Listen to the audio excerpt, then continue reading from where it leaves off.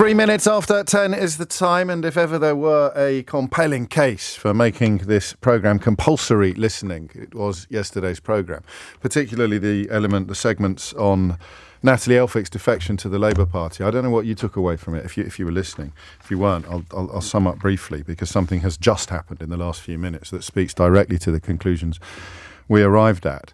The line that I think, one of the lines that resonated most with me was the idea that Keir Starmer had given permission to Tory voters to vote Labour, which, if you are interested in winning power, is not only desirable but probably also necessary. And then there was a text from a listener called Lawrence, which just pointed out that the Labour Party has to speak to people that I might not like, because their vote is worth as much as mine and they've got as much right to be here voting as I have. So any thoughts or hopes, perhaps in some quarters, any hopes that the mixed reaction to Natalie Elphick's defection, which I think can be best described as a hold your nose moment for many traditional Labour voters and supporters, any hopes or fears that would introduce reservations to the party leadership have just been firmly scotched in Dover, where Natalie Elphick has just appeared behind the podium to introduce Yvette Cooper, the Shadow Home Secretary, who I presume, unless we're looking at one of the longest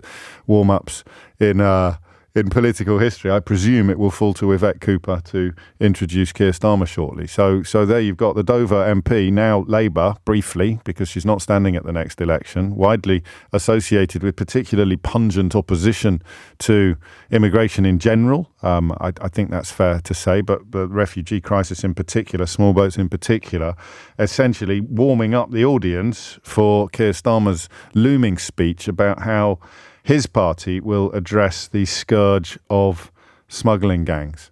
So, I mean, that is what I believe the kids call doubling down. Absolutely no sign there whatsoever that there are any reservations or conniptions in the mind of Keir Starmer over that defection yesterday. And the reason that I began the programme by blowing smoke up my own backside, or rather the contributors to yesterday's programme's backsides, collective backsides. No, I tell a lie. She's introduced someone else that's not Keir Starmer.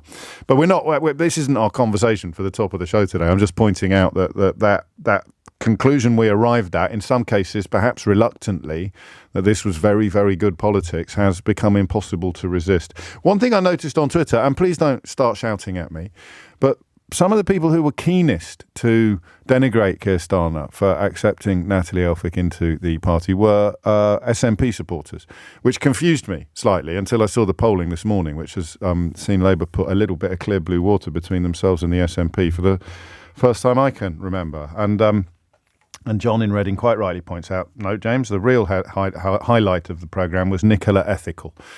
That was Rowan, the last caller of the day, getting his words a little bit jumbled up and accidentally inventing a new Viz character, Nicola Ethical. But I digress. Have you heard the booze?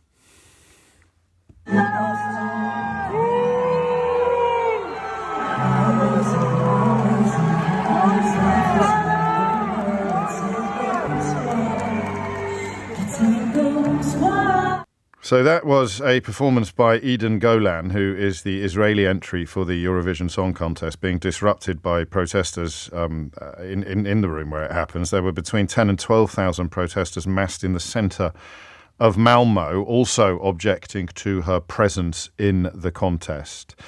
And I don't know that the likes of this have ever been seen before. Greta Thunberg was there, extending her remit lately from climate activism to broader political issues. Young people are leading well, I don't need to read her words to you. You can hear them for yourself.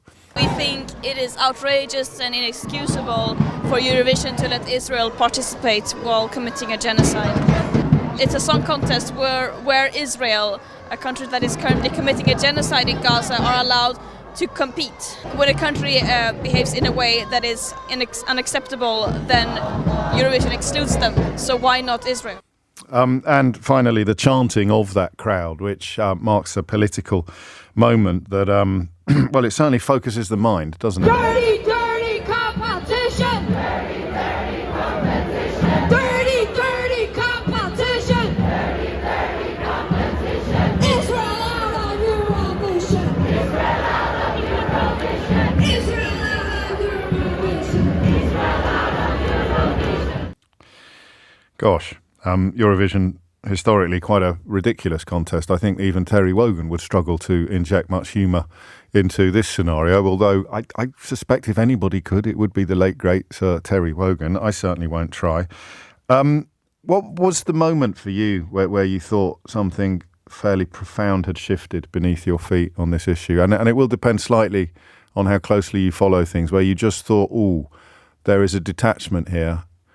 There is a detachment underway. I think there's two things. There's a specific moment for me as someone who's followed it from the United Kingdom, and that would be when Suella Braverman called them hate marches, which was such an obvious misrepresentation of the massive majority of people who were objecting to, in the strongest terms, the continuing slaughter of innocent people in Gaza. And to describe it as a hate march just struck me as a real moment of, probably in her case, quite deliberate detachment from observable reality. You can never be sure with this lot whether it's a deliberate detachment from observable reality or a consequence of epic ignorance. That was huge, I think, because it was such a dichotomy, such a divisive way to behave, and then of course to blame the police for I don't know, sort of small minorities of profoundly unpleasant people or positions being pursued on those enormous marches, to somehow claim that it was grounds to ban them altogether or that the police were somehow remiss, was deeply dangerous for a former Home Secretary. But that was huge. That spoke to me of Israel getting support from people that were not going to be helpful in the long term. People who by that point were offering Israel encouragement to continue the killing in Gaza struck me as people who were not really motivated by the best interests of Israel. Some of them, I'm not saying this necessarily about Suella Braverman, but some of them, particularly on the sort of right wing of British media, seem to be more motivated by almost a form of relish at Muslims being killed in Gaza. And some of them, of course, had long and troubling histories of Islamophobia. So I think I said to you at the time, you need to be careful. You need to choose your friends very, very carefully at times like this, because the people who are applauding every tactical decision, applauding every move, applauding, in a sense, every death in Gaza are not necessarily the people who have your best interests at heart. Critical friends are crucial in times of crisis, and Israel didn't really do much to look after us, to look after what you might describe as critical friends. And then the second point, which is fixed into the first. Peter's come up with a text which is very helpful. This is the other point where Israel lost the battle for hearts and minds, and Peter is still doing it. He writes, they're not hate marches, they're pro-Hamas terrorist supporting marches like when the Nazis marched. And that decision, which is obviously not Peter's, he's merely a seagull following the trawler, but that decision by the kind of people I've just described to try to depict everybody objecting to the killing in Gaza as somehow being supportive of Hamas, that was, I think, the final nail in the coffin of what you might call critical friendship of Israel. People recognizing not only the precariousness of their position, but also the importance of pursuing the perpetrators of the October the 7th attacks with no mercy, and recognizing the essential and unique status of the modern state of Israel, but simultaneously saying, please stop killing Palestinians now, especially the children, That to try to claim that position somehow constituted support for Hamas was a really tragic moment for critical friends of Israel. And that is a point that people like Peter, and I understand parts of the reason why, that was the point where people like Peter lost the support of everybody vaguely neutral, culminating, in one sense, because it's only one corner of the country, culminating in the scenes that we are seeing in Malmo at the moment. Two things: calling all of them hate marches and claiming that everybody saying, please stop killing Palestinians, somehow was comfortable with the events of October the 7th or supported Hamas, was almost in some cases it was a deliberate display of contempt almost for international standards, let alone, of course, international law. But more than that, in the context of hearts and minds, it was the point at which this group of people said, I don't care about anything except our right to continue killing. And that is where Benjamin Netanyahu finds himself now, when he is talking about being quite happy to go it alone and not needing the support of anybody anywhere else in the world. That usually would be the point at which you stopped to wonder whether perhaps you'd got this wrong. But of course, if Netanyahu's motivation has absolutely nothing to do with what's happening on the ground in Gaza and everything to do with appeasing his far-right cabinet members who prop up his corrupted government, then of course no figure of deaths in Gaza is too high for him. But how scary all this is. It's coming up to 10:15. The conversation I want to have is actually about the Eurovision. I'm tempted just to throw open the phone lines and say, what do you see? How does this affect you? How significant do you think it is that the eyes of the world, because daft though it may seem to many of us, the Eurovision Song Contest is a huge issue. The European Broadcasting Union is, I presume, terrified about what's going to happen in the room. They are trying to ban flags, symbols, clothing, which I presume will extend to the scarf that's often associated with supporters of the Palestinian people. I'm never quite sure how to pronounce it. I think it's a kefir. Is it a kefir? I've got a fermented drink in my fridge called a kefir, but I don't think that's the same thing at all. And you know how desperate things are when you can get into trouble for wearing the wrong scarf outside the context of footballification. So that, I think, is probably why items of clothing are on the list. You've got banners, anything being used for the purpose of instrumentalizing the TV shows would be removed. And here's the really tricky thing. Israel's initial entry, by the way, did in fact reference the victims of the Hamas terror attack on October the 7th. So if you're minded to speak up for Israel today on the rights or wrongs of banning political expression from the auditorium in Malmo, then once again, the Israeli authorities, or whatever word you want to use, once again, they've scuppered your position, both intellectually and morally, because they wanted to sing about the terror attack on October the 7th, but the initial entry was barred, clearing the way for Eden Golan to sing this song, Hurricane.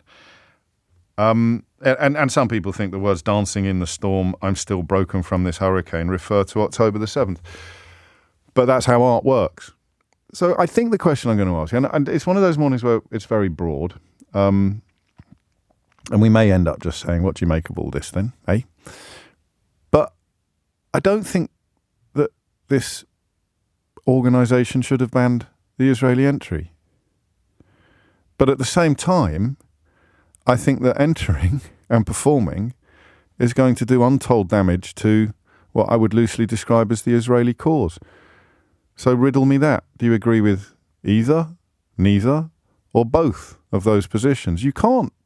Can you? Is there a case, a proper case? I mean, Greta Thunberg uses the word genocide, which is an exercise of free speech, of course, and it is her prerogative, but it's not a word that can be technically or legally applied. I think you'd struggle to make a case against calling what's happening in Gaza ethnic cleansing, a form of ethnic cleansing. But I and I think one of the ugliest things, actually, I'm going to add a third thing to the list of really crucial pivotal points, calling them hate marches, claiming that everybody saying, please stop killing Palestinian babies is some sort of Hamas supporter.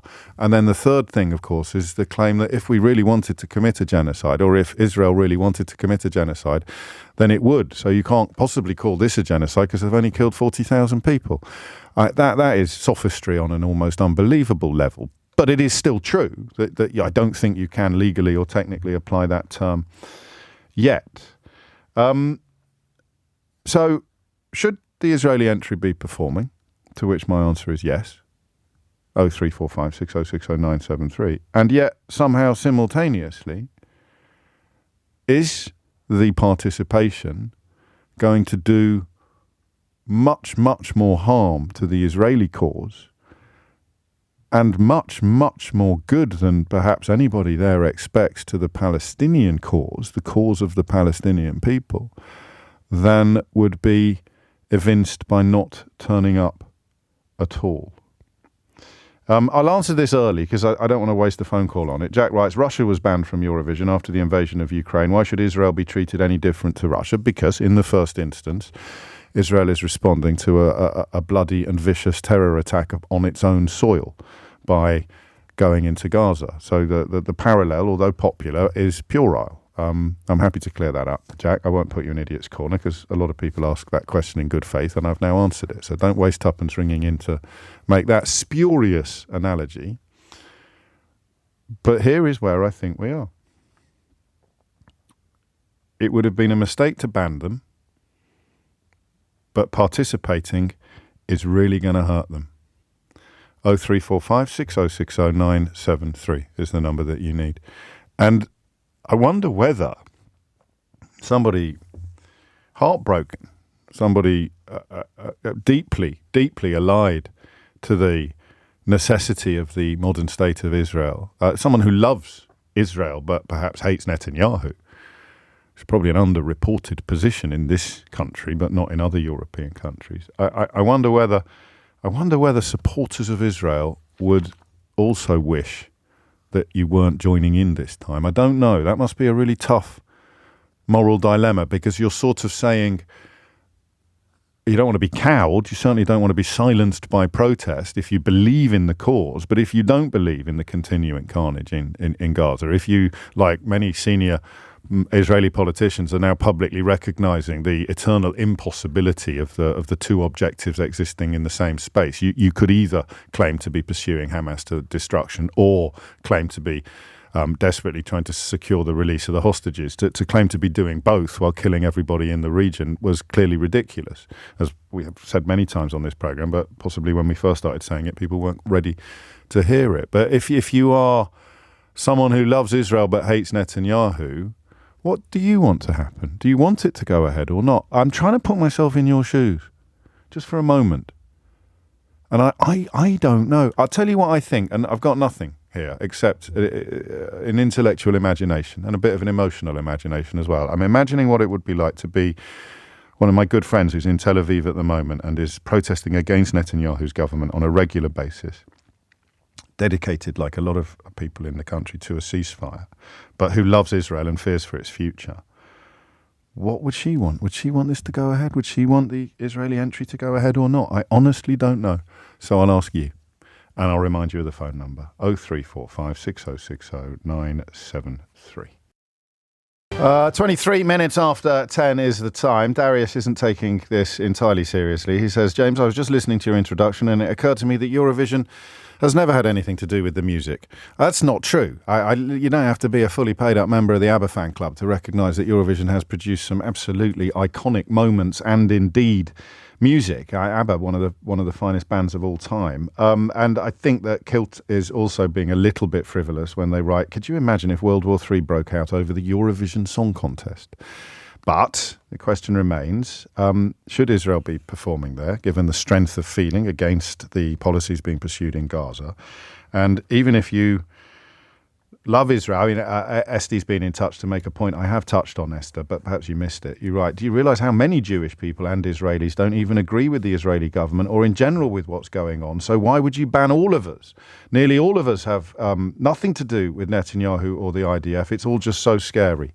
And it is people like you, Esther, that I'm speaking to when I wonder whether you would rather Israel didn't participate, despite the fundamental injustice of being banned, but a voluntary decision to withdraw would silence the voices that are going to be heard, I suspect, all over the world when this competition is broadcast. Damien's in Newport. Damien, what would you like to say?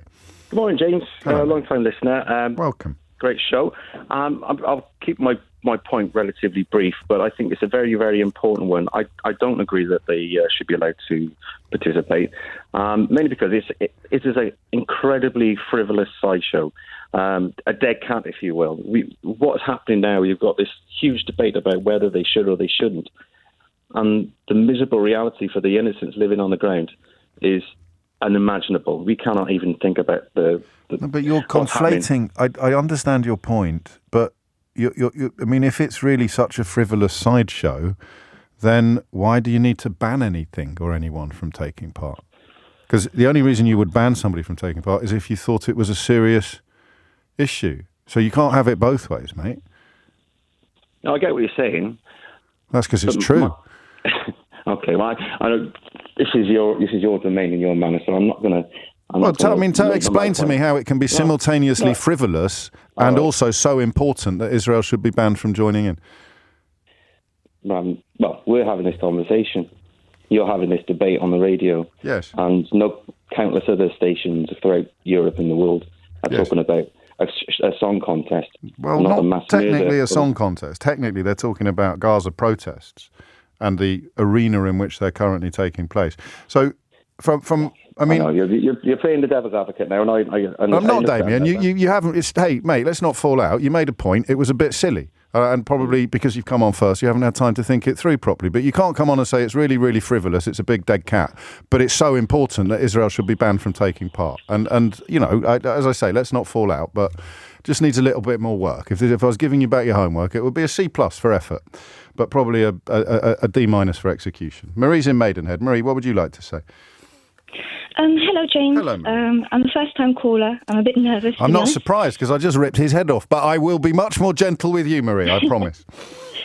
Right, well, I was just calling in to say that I don't agree with Israel being in the Eurovision contest, mainly because Israel isn't even in Europe.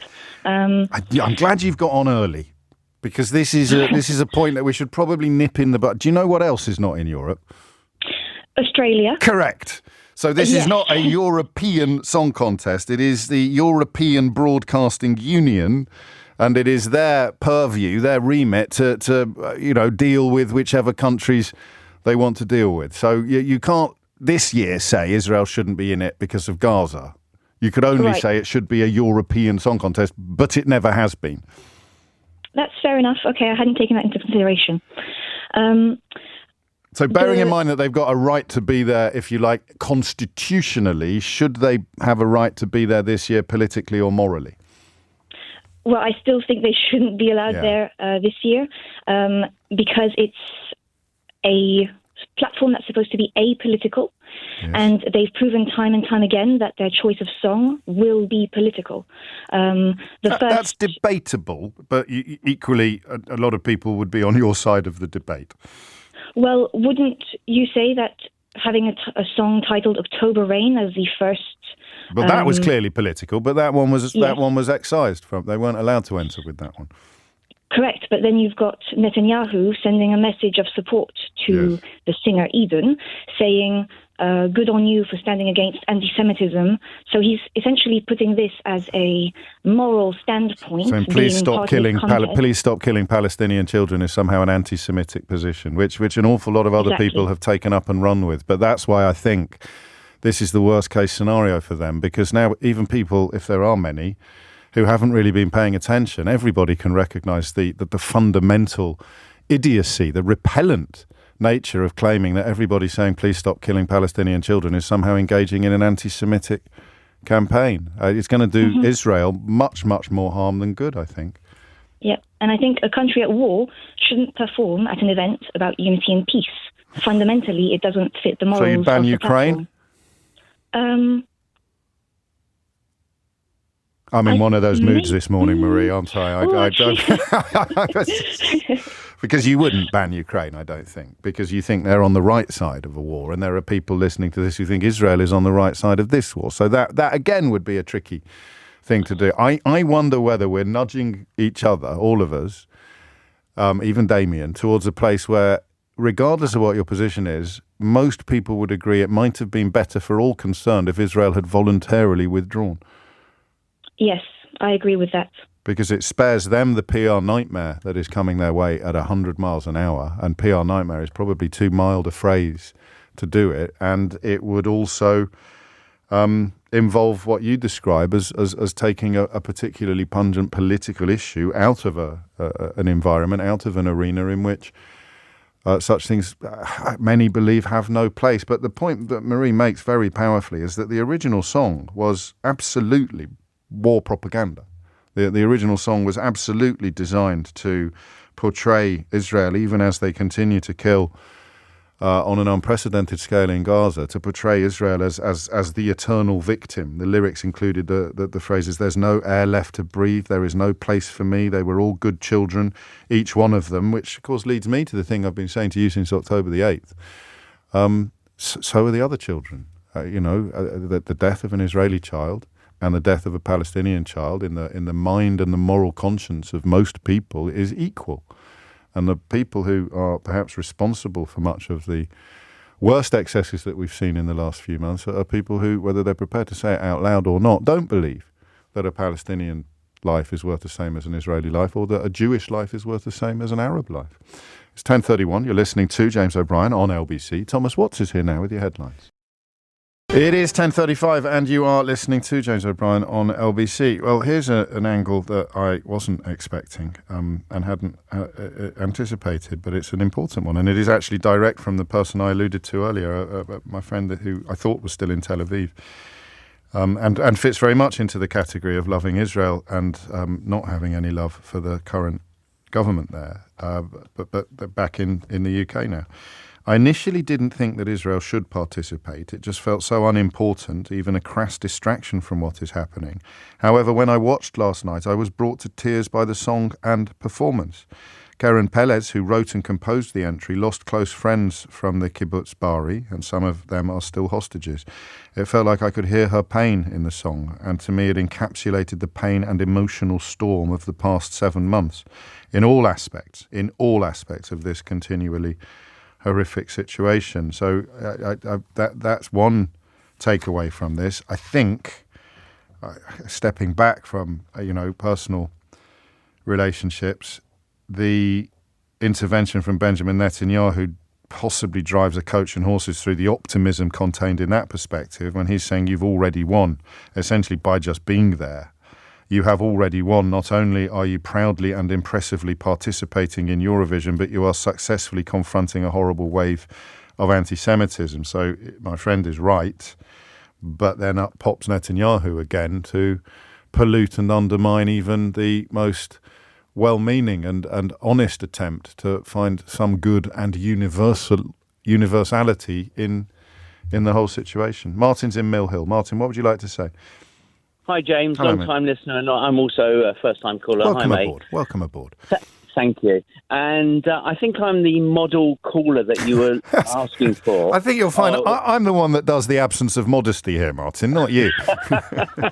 Well, basically, I'm Jewish. Yes. I am totally against Benjamin Netanyahu's politics and what he's doing.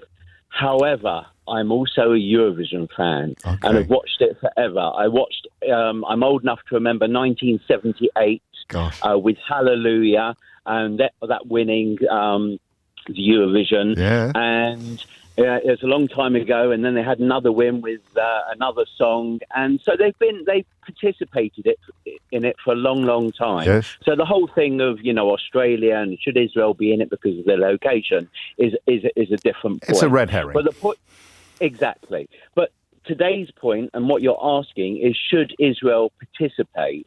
You used that term sideshow before. Yes. It is. If I asked you a question, and which I'm going to, James, is what is the singers and the people who wrote the song, what are their political views? Do you know? No, well, I don't know, but I do know that the original entry had lyrics that needed to be changed. Was banned on the grounds of breaking the rules on political neutrality. So correct, but we don't know if she supports Benjamin Netanyahu. We don't know that. So because it is a song contest, I am 100% certain that it should go ahead, and she should. Banning it, for example, as you maybe suggested, or maybe one or two of your callers. I don't think they should be banned at the moment, but it's a phone-in show, and I reserve the right to change my mind. Maybe one or two of your callers suggested it. For sure. Would rub a stamp and say we think Israel is wrong, and to me, that's not, you've been discussing this for the last, 7 months. It's not a decision for the European Broadcasting Union to take. Exactly. Yeah, that's sensible. I am 100% in favour of Israel participating. I do feel sorry for the girl singing because I heard her semi-final where they booed and they, and I'll be watching tomorrow night, and I'm expecting them to get nil points. Right. Having said that, I think UK is going to get nil points. Well, that's a proud British tradition as well. So your loyalties, well, I've heard the song, James. Your loyalties won't be torn there. Just on one point, if I may. I mean, I love the fact you're right. I mean, I hadn't even had the I didn't have the ambition to add that extra dimension. Someone who really, really loves Eurovision. I left it at someone who loves Israel but doesn't. I know. So that's the perfect. Year. You're right. You were absolutely right. You're the holy grail of callers for this topic. But. Yeah. It goes ahead. There's 12,000 people in the middle of Malmo now. Those numbers are going to grow. It could be disrupted. People who haven't really been paying any attention at all are going to start asking questions, and they're going to start reading about the death toll from, of course, October the 7th, but then the much, much bigger death toll subsequently of Gazan civilians. And it may do untold damage to Israel's cause. To shine a spotlight on the issue through the lens of Eden Golan. I hear you. However, I do agree with some comments that this is just, I believe, an opportunity for protesters who I wouldn't call anti-Semitic, because there's loads of protesters, and I protest against Benjamin Netanyahu's views and what he's doing. But I'm Jewish and I support Israel and those things. However, those people in Malmo calling for her to stop and Israel to be banned, there has to be some sort of, I'm not going to use the word anti-Semitism, anti-Semitism, but anti-Israel rhetoric, nothing to do with the bombing, because tomorrow night she's standing on a stage. Let's say that's true. There'd be 10 of them in the square, not 12,000. Yeah, but people... And it wouldn't be an international news story. And also, if they expressed anti-Semitic positions, they'd be arrested, which is a lot easier to achieve when they're tiny in number, a lot harder to achieve if they're hiding in a crowd of 12,000 people. Yeah, no, I hear you. But I'll be voting for Israel. I think it's a decent song. I think it's better than Ollie Alexander's one. I like it. You've brought us back to the really important matters here, Martin. You've brought us back to the really serious issues. Exactly. Waterloo, Hallelujah. There's been some classics and there's been some terrible ones. Puppet on a string. We could be here all day. Martin, thank you. Thank you for keeping your good humour as well in such a complex and difficult context. 10:41 is the time. Paul's in Manchester. Paul, what would you like to say? Hiya, James. Hello. Are you okay? I'm great, thanks. How are you? Yeah, not so bad, thank you. I want to disagree with that last caller firstly. I think Ollie Alexander's song is brilliant, and I think the staging's brilliant. It's catchy, and it's probably one of our best entries in years. So I'm inclined to agree with you, but I felt that I'd been quite combative with all the callers so far today, so I let that one slide, Paul. Do you think there's a bit of homophobia at play when it comes to Ollie Alexander? I really don't know. So I really don't. I mean, not least because don't lead me into making stereotypical observations. But Martin's been following Eurovision since 1978, which speaks to someone who is a fan of the pageantry and, dare I say, campness, and therefore less likely than most to be indulging ever in homophobia. There might be some homophobia out there with regard to his entry, but I don't think we just heard any. I really don't. Oh no, I didn't mean that, gentlemen. I was just meaning generally because it's possible of the staging. It's possible, but if you're a homophobe tuning into the Eurovision Song Contest, you probably need to have a long, hard look at your life. But I'm a bit of a funny one, me, because I'm quite a left-leaning person. Yes. I did support Jeremy Corbyn as leader. I wouldn't support someone like George Galloway though, because I'm not socially conservative. Right. I'm a bit in the middle on all this, because both sides of this conflict are absolutely driving me mad. And I don't necessarily mean the people in the thick of it. That's different. Sure. But I mean the people. You mean Hamas and the Israeli government? Well, no, I'm meaning the people who are taking sides away from that, because on the Israeli side, you've got a lot of people, as you say, who turn this into an anti-Semitism issue a lot of the time. Yes. But them same people, I'm gay, and them same people call people woke when they call out racism, call out LGBT phobia and other things. So why are they so obsessed with anti-Semitism? Are they not woke for being so obsessed with anti-Semitism? I hadn't been struck by that. There's a degree of hypocrisy there, isn't there? So people who call out racism are woke, but they spend their lives accusing people saying, please stop killing Palestinian children, of being anti-Semitic. It's a strange That's one. what no one has ever said, that they're woke for that. And like I say, all the prejudices are wrong. But at the same time, being gay, I am also, especially after the way George Galloway was last weekend, he was disgusting.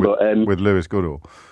With Lewis and with Aaron Bastani. The interview that he gave, yes. Yeah, I mean, he's proved that there's a lot of people on the Palestinian side who are LGBT phobic. So he's proved that there's at least one person who has come across that way. I don't know that we can necessarily tar too many people with the George Galloway brush, but yeah, your point is pertinent, is valid. I'm going to steer you back to Malmo. Should they be there? And if they are there, is it going to do more harm than good to what I'm loosely describing this morning as the Israeli cause? I don't think they should be there, partly because I actually have never got why Israel are actually in the contest to begin with, so that's another argument. But I just think, I don't think they should be in the contest. But I do actually feel sorry for the lady, because we don't know what her opinions are, and She's just being part. She's just. What if she turned up? What if she turned up wearing? Because I think she was wearing the yellow pin that symbolises support for the release of Israeli hostages held by Hamas. I consider that to be an entirely uncontroversial gesture, but it does ally you with one side, if you like, of the arguments as opposed to the other. If she turned up wearing a yellow pin and one of those scarves that everybody gets so upset about, if she tried to cast herself as somebody who is sympathetic and mourning all the deaths, could that have worked? Could that have been helpful? I'm not so sure, because I think the people who are really against Israel being in the contest and against the contest going ahead, don't forget that Ollie's had some backlash as well. But just for taking part at all while Israel are competing. They're so unreasonable in one sense, because you're right. If we stopped, like I said, going back to me and my life, if you stopped everything because of LGBT phobia, you'd have a lot less entertainment in the world. You wouldn't have football possibly and things like that. So I do think we've got to have a bit. As I say, I'm a left-leaning person, but I'm finding in this argument I'm somewhere in the middle. And you've expressed it really brilliantly. You've expressed it. Well, I am as well in a way, because I don't think they should be banned from it. But I do wonder whether the utilitarian greater good for everybody would be achieved by a voluntary withdrawal. But I don't know. I certainly wouldn't put any money on that or bet my house on it or anything like that. But the freedom, Paul, to not be entirely sure what you think is one that I think is undervalued sometimes, isn't it? Yeah, and like I said, I just think I think what you said about turning up with two symbols, that would be good actually, because I think that's where everyone should be, and the people, a lot of. But then Benjamin Netanyahu would probably disown her. Well, but like I said, she's being reasonable. It's about a two-state solution. That's a reasonable angle to come from with all this, as far as I'm concerned. Both countries matter. The people in both countries matter, and people who are heavy on either side. Heavy's a good they're word. Both at fault. I think. I think you've really made it. I think that's a really important position you've expressed, and I also like the fact that you've reminded us that really we should all be getting behind Ollie Alexander, shouldn't we, on this one, and cheering him to the rafters. Well, he was brilliant in It's a Sin as well. I don't know whether you saw that one. I see it. It was one of the best things I've seen on television ever. Absolutely supreme piece of filmmaking. Beautiful television, wasn't it? Bucks Fizz have actually been slagging the song off, and I just think, actually, I'm not just saying this. Hang on, mate. Listen, I can deal with the Middle East. I can deal with the Gaza-Israel conflict, but I don't know that I've got the stones to go into a Bucks Fizz slagging off the Ollie Alexander entry. I don't know. That is too. That for me, that water is too hot, Paul. That is too. Also, what is Bucks Fizz these days? I mean, do we even know? The lineup has changed, and there's disputes over the ownership. All manner of. Oof. If I'd known that was coming, Paul, I might have cut you off a little earlier. It's 10:48. 10:52 is the time. Two texts that I think rather perfectly highlight the extremities of this conversation. Nazia writes, if the Israeli entry had an ounce of integrity, they would step down and not perform. And Matt writes, if Israel won't withdraw from Rafah, they ain't going to withdraw from a singing competition. Both of which I think is true. Let me add something a little underreported to the mix, something you may not be aware of, and that is the fact that Karen Pelez, the composer of the song, has a fairly long track record of being a fierce critic of Benjamin Netanyahu and has performed in protests against his government in the past. Eden Golan's views are not really known, and indeed if they were, and they were strong, it may have compromised her ability to take part, just as the original choice of song was deemed unacceptable by the European Broadcasting Union. But the fact that the song has been written by a fierce critic of Benjamin Netanyahu is an added dimension, let us say, to this conversation. And I think Jeff in Brighton is about to add another one. Jeff, what would you like to say? Hi, James. Hello, that is actually really interesting. It is, isn't it? I was just going to say, Eden Golan, I believe, in Israel, as you probably know, conscription into the IDF is We spoke to a remarkable young lady last month who gets routinely jailed for refusing to sign up for not to sign up, for refusing to do her national service. That's right. I think when she returns from performing in the competition, she's actually going to be conscripted into the IDF. Yes. So it's not as though she's objecting to, the invasion of Palestine.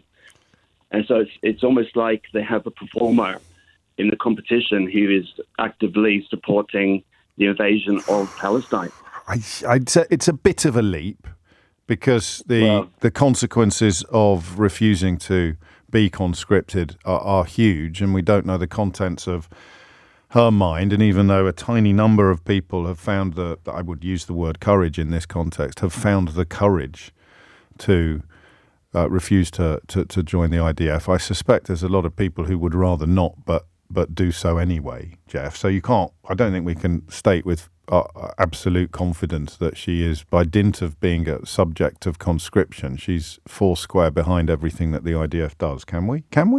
Well, I don't know. You have an option. Yeah. You do have an option. And well, you don't. You have to join up. Or I don't know. And I think just reading up, her national service call-up has been delayed to let her compete in Malmo. Yeah. So, I mean, you could argue, and Gabby Hinsliff makes this point in The Guardian today, that she is being held more publicly accountable for the conduct of this war as a singer than she ever would have been as a soldier. So there's possibly a different reading of the fact that you've brought to the table, which puts the situation in a completely different light. At risk of being simplistic, let me steer you back to the central question this hour, which is, should the European Broadcasting Union have pulled the plug and banned them? Well, I was really happy myself when Russia, I know, when Russia was banned from the competition because of what they did to Israel. What they did to Ukraine, which was not a retaliation, though, as we've established earlier. But I can't prevent you from seeing an equivalence there, even if I don't see it myself. Yeah, I mean, we don't know what happened. I mean, I'm going to. We do know what happened. We know that Russia invaded Ukraine unprovoked, and we know that Israel has gone into Gaza provoked. You might not think it's a massive distinction to draw, but it's a real one. Thank you, Jeff. 10:56 is the time. Felicity is in Darlington. Felicity, what would you like to say? I just think that Israel's treatment has been very preferential, if that's the right word. Nearly. And sorry. That's all right. I know what you mean. That's the main thing. But if this had been any other maybe Eastern country, this wouldn't have happened, and we would have seen a bigger backlash from countries like Sweden, Iceland, and Finland, who were all very anti-Russia competing. Yeah, I understand the point, and the last caller made it as well, but I do honestly and very deeply believe that conflating Israel's response to the October the 7th attack with Russia's invasion of Ukraine is really, really wrong, Felicity. I think it's obviously wrong. And I'm not sure it helps any cause or position on this, because it obscures the questions that we should be answering instead, which would be, do you believe that the European Broadcasting Union should have pulled the plug on the Israeli entry? I think it's got to an extent where even countries are like asking for a ceasefire. However, writing ceasefire on your body has become a political standpoint for artists to make. Bambi-Thug, like, it was in Irish Sanskrit. Like, who's going to be able to read that? Like, I think it's the level of censorship they've gone to protect their standpoint, which means that Israel's participation in the contest has been made political by events. Can I ask you a slightly patronising question? Yeah. Thanks. Are you here as a close watcher of Middle Eastern matters, a close watcher of Eurovision matters, or a close watcher of both? Very much both. I thought so, because you know stuff I didn't know, and you speak about both sides. I mean, because that's what we've missed this morning before your call, is the absolute interplay of the two issues. You need to take the song contest seriously. The first caller suggested that we shouldn't, but you need to, in order to understand the seriousness of the rest of the conversation. Yeah, I think it's just, like, they have made their position on wanting to participate in this contest to be a political point. Well, with the original choice of song, that you could argue that, but I know you were waiting to come on before. I learned, I was about to say revealed, but before I learned that the composer of the song has a very strong record of being a fierce critic of Benjamin Netanyahu. So I think the danger, it's a danger to which we've all been susceptible this morning, is of saying Israel and including in that umbrella, under that umbrella, you have both Benjamin Netanyahu, Itamar Ben-Gvir, Eden Golan, the singer, and Karen Perez, the composer of the song, and they probably wouldn't agree with each other about anything, the four of them, and yet we inevitably lump them all together. It is going ahead, and I guess you'll be watching. 3 minutes after 11 is the time. A complete change of pace now, and we are going to do one of those phone-ins where I'm quite prescriptive about who can and cannot contribute. Don't worry if you think that sounds a bit unfair, because everyone ignores me anyway. I mean, you think, I get ignored at work, let alone on the switchboard. No one pays the bill. I get ignored at home. I get ignored at work. The only time I feel seen is when I'm on stage at a book promotion event, and thankfully there's one of those in Sheffield tonight. But I don't. The rest of the time, no one pays the blindest bit of attention to my polite requests for acquiescence. But I do think that the perspective from which you answer the next question is going to be absolutely key. And we will be hearing from Natasha Clark this hour about the speech that Keir Starmer has given in Dover alongside Natalie Elphicke, hold your nose, about the continuing controversy, if that's the correct word, of small boats crossings. But before all of that, here is a story that, if we had come top of this chart, I think it would be headline news. Okay?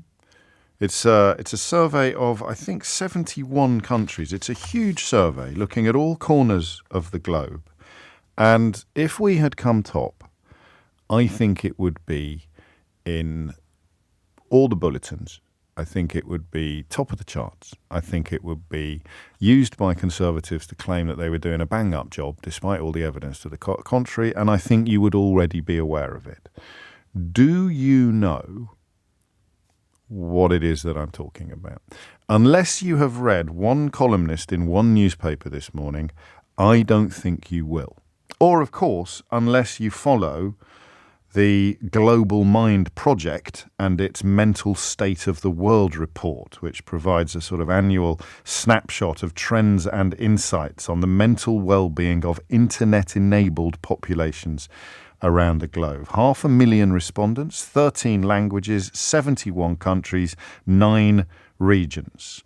Data is collected on an absolutely gargantuan scale, and it addresses two central issues: that the average mental health, the basic self reporting of mental well-being. How do you rate your mental well-being?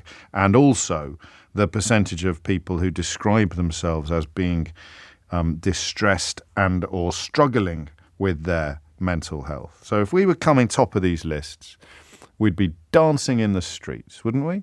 Wouldn't we? Yes, we would. Where do you think we've come? Where do you think the United Kingdom has come on these two measures? The first, which looks at the overall measure of mental health, so how we rate our own mental well-being. Where do you think we've come compared to 70 other countries? And the second, where do you think we've come compared to 70 other countries when it comes to stating whether or not we feel distressed or are struggling with our mental health? Go on, have a guess. There's 71 countries. Where do you think we came?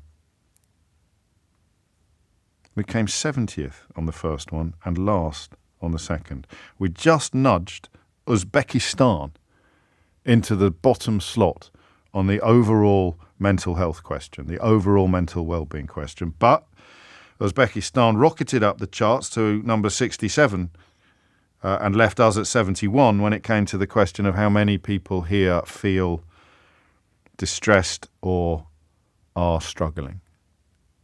I think I might take a little moment just to let that sink in. I want you to let that percolate. It's one of those words I mispronounce, I think. You keep telling me off. I always say percolate, but it's actually percolate.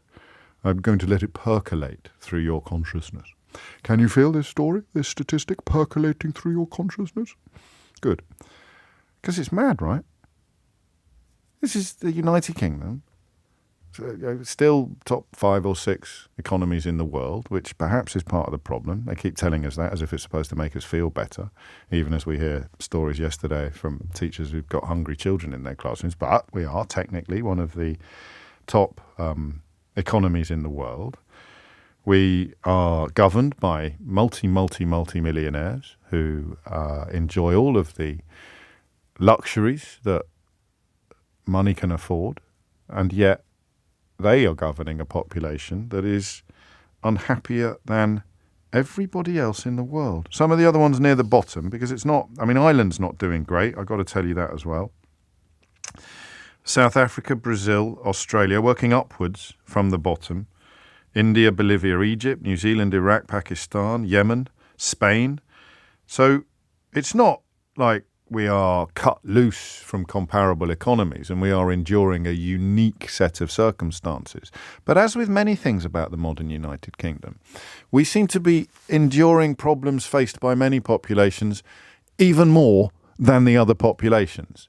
Parts of it, I don't think that this is a conversation that can be answered just by shouting Brexit at the radio. But you know how Brexit makes most problems worse. So you can say, here are some problems that have been caused by or contributed to by, for example, the pandemic and the war in Ukraine. But you take that problem and add Brexit to it, and it gets worse in a country that's done Brexit than it would do in a country that hasn't. So that's what I mean by problems that are being endured everywhere, but are being endured more here. And George Monbiot, who writes about this in The Guardian today, and quite rightly wonders why it's not headline news, he points out, I think quite cleverly, that while the Global Mind Project cites smartphones and ultra-processed food, I've got a massive problem with ultra-processed food this week. Huge. Can you guess what it is? I'll tell you what, if you can guess what my massive problem with ultra-processed food is this week, I'll send you a copy of the paperback of how they broke, a signed copy of the paperback of how they broke Britain. Don't ring in. Do not ring in. Do not ring in. You have to WhatsApp me, and you have to do it quickly. All right? Can we do that? Can we get in touch with people who've WhatsApped? I'm just launching a competition on the programme without any T's and C's or anything. Am I going to get into trouble for that? Okay, sorry, you can't have a signed copy of the book. My apologies. Unlucky. But can you guess why, in book-related news, I've got a huge problem with ultra-processed food this week? If you can, I'll give you the money myself, except I won't, because that would breach Ofcom regulations. And don't ring in, just text it or tweet it. So why? Why would the United Kingdom be suffering more than other countries, including much poorer countries or countries that we would traditionally think were less desirable places to live? Ukraine is doing better than us on this chart. I'm getting distracted now by funny answers to my questions about ultra-processed food. No, it hasn't given me wind. It's got nothing to do with the kebab awards. And I haven't become ill as a consequence of eating so much gammon. So please stop with the funny suggestions. There's a very real book-related reason why I have a huge problem with ultra-processed food this week. Gavin's got it right. I'll reveal the answer shortly. But first I want you to provide some answers. And here's what I thought we could do. One of the great injustices of this programme's continuing success is that people listening outside the United Kingdom do not get counted as listeners. So my enormous audience in Ulaanbaatar is as nothing when it comes to setting advertising rates or deciding how much money I'm going to be given at the end of the year.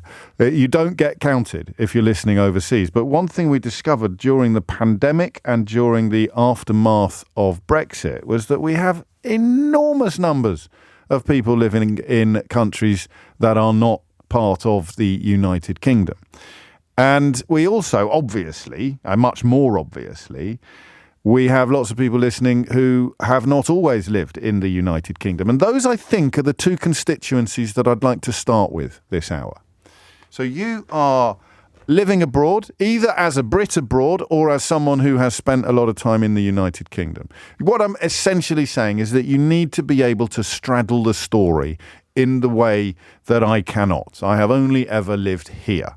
So I cannot make a meaningful comparison with anywhere else. Or indeed, and I don't think anyone's going to fit into this category. If they do, you get a Ray Liotta everywhere else. Someone who has lived or spent time in all 71 of these countries. Can we reserve a VIP lane for anybody who has spent time in all 71 of these countries and can tell us categorically why the United Kingdom is at the bottom of one table, people reporting distress or struggle with regard to their own mental health, and above only Uzbekistan on the overall question of mental well-being. So what is it about the United Kingdom in 2023, which is when the survey was conducted?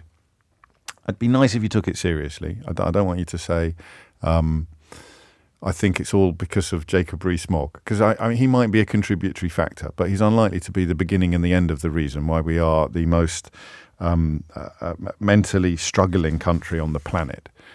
Why do you think it is? Drawing upon your knowledge of and perspective from 2 different places or 3 different places, you've lived here, but you've also lived somewhere else. Why do you think the people here report worse mental health and more mental struggle than any other country in the world? I really want you to have a think about that, and I really want you to give me an answer. And I'm not obviously excluding people who haven't spent time in other countries because, you know, I've got opinions. You may have noticed. I just haven't chosen to share them yet on this particular issue because I am, in this interest, more interested in yours. What do you think explains the fact that the biggest international survey of mental well-being has got the United Kingdom bottom or second bottom on the 2 crucial measures of well-being? Why? What are we collectively doing wrong, or what is being done to us? What makes us different from all of the other countries on the list? 0345 6060 973. Shall I tell you why I've got a huge problem with ultra-processed food this week, or shall I tell you after the junction? I'll tell you after the junction, but I'm telling you now, you are going to need your violins to greet this news.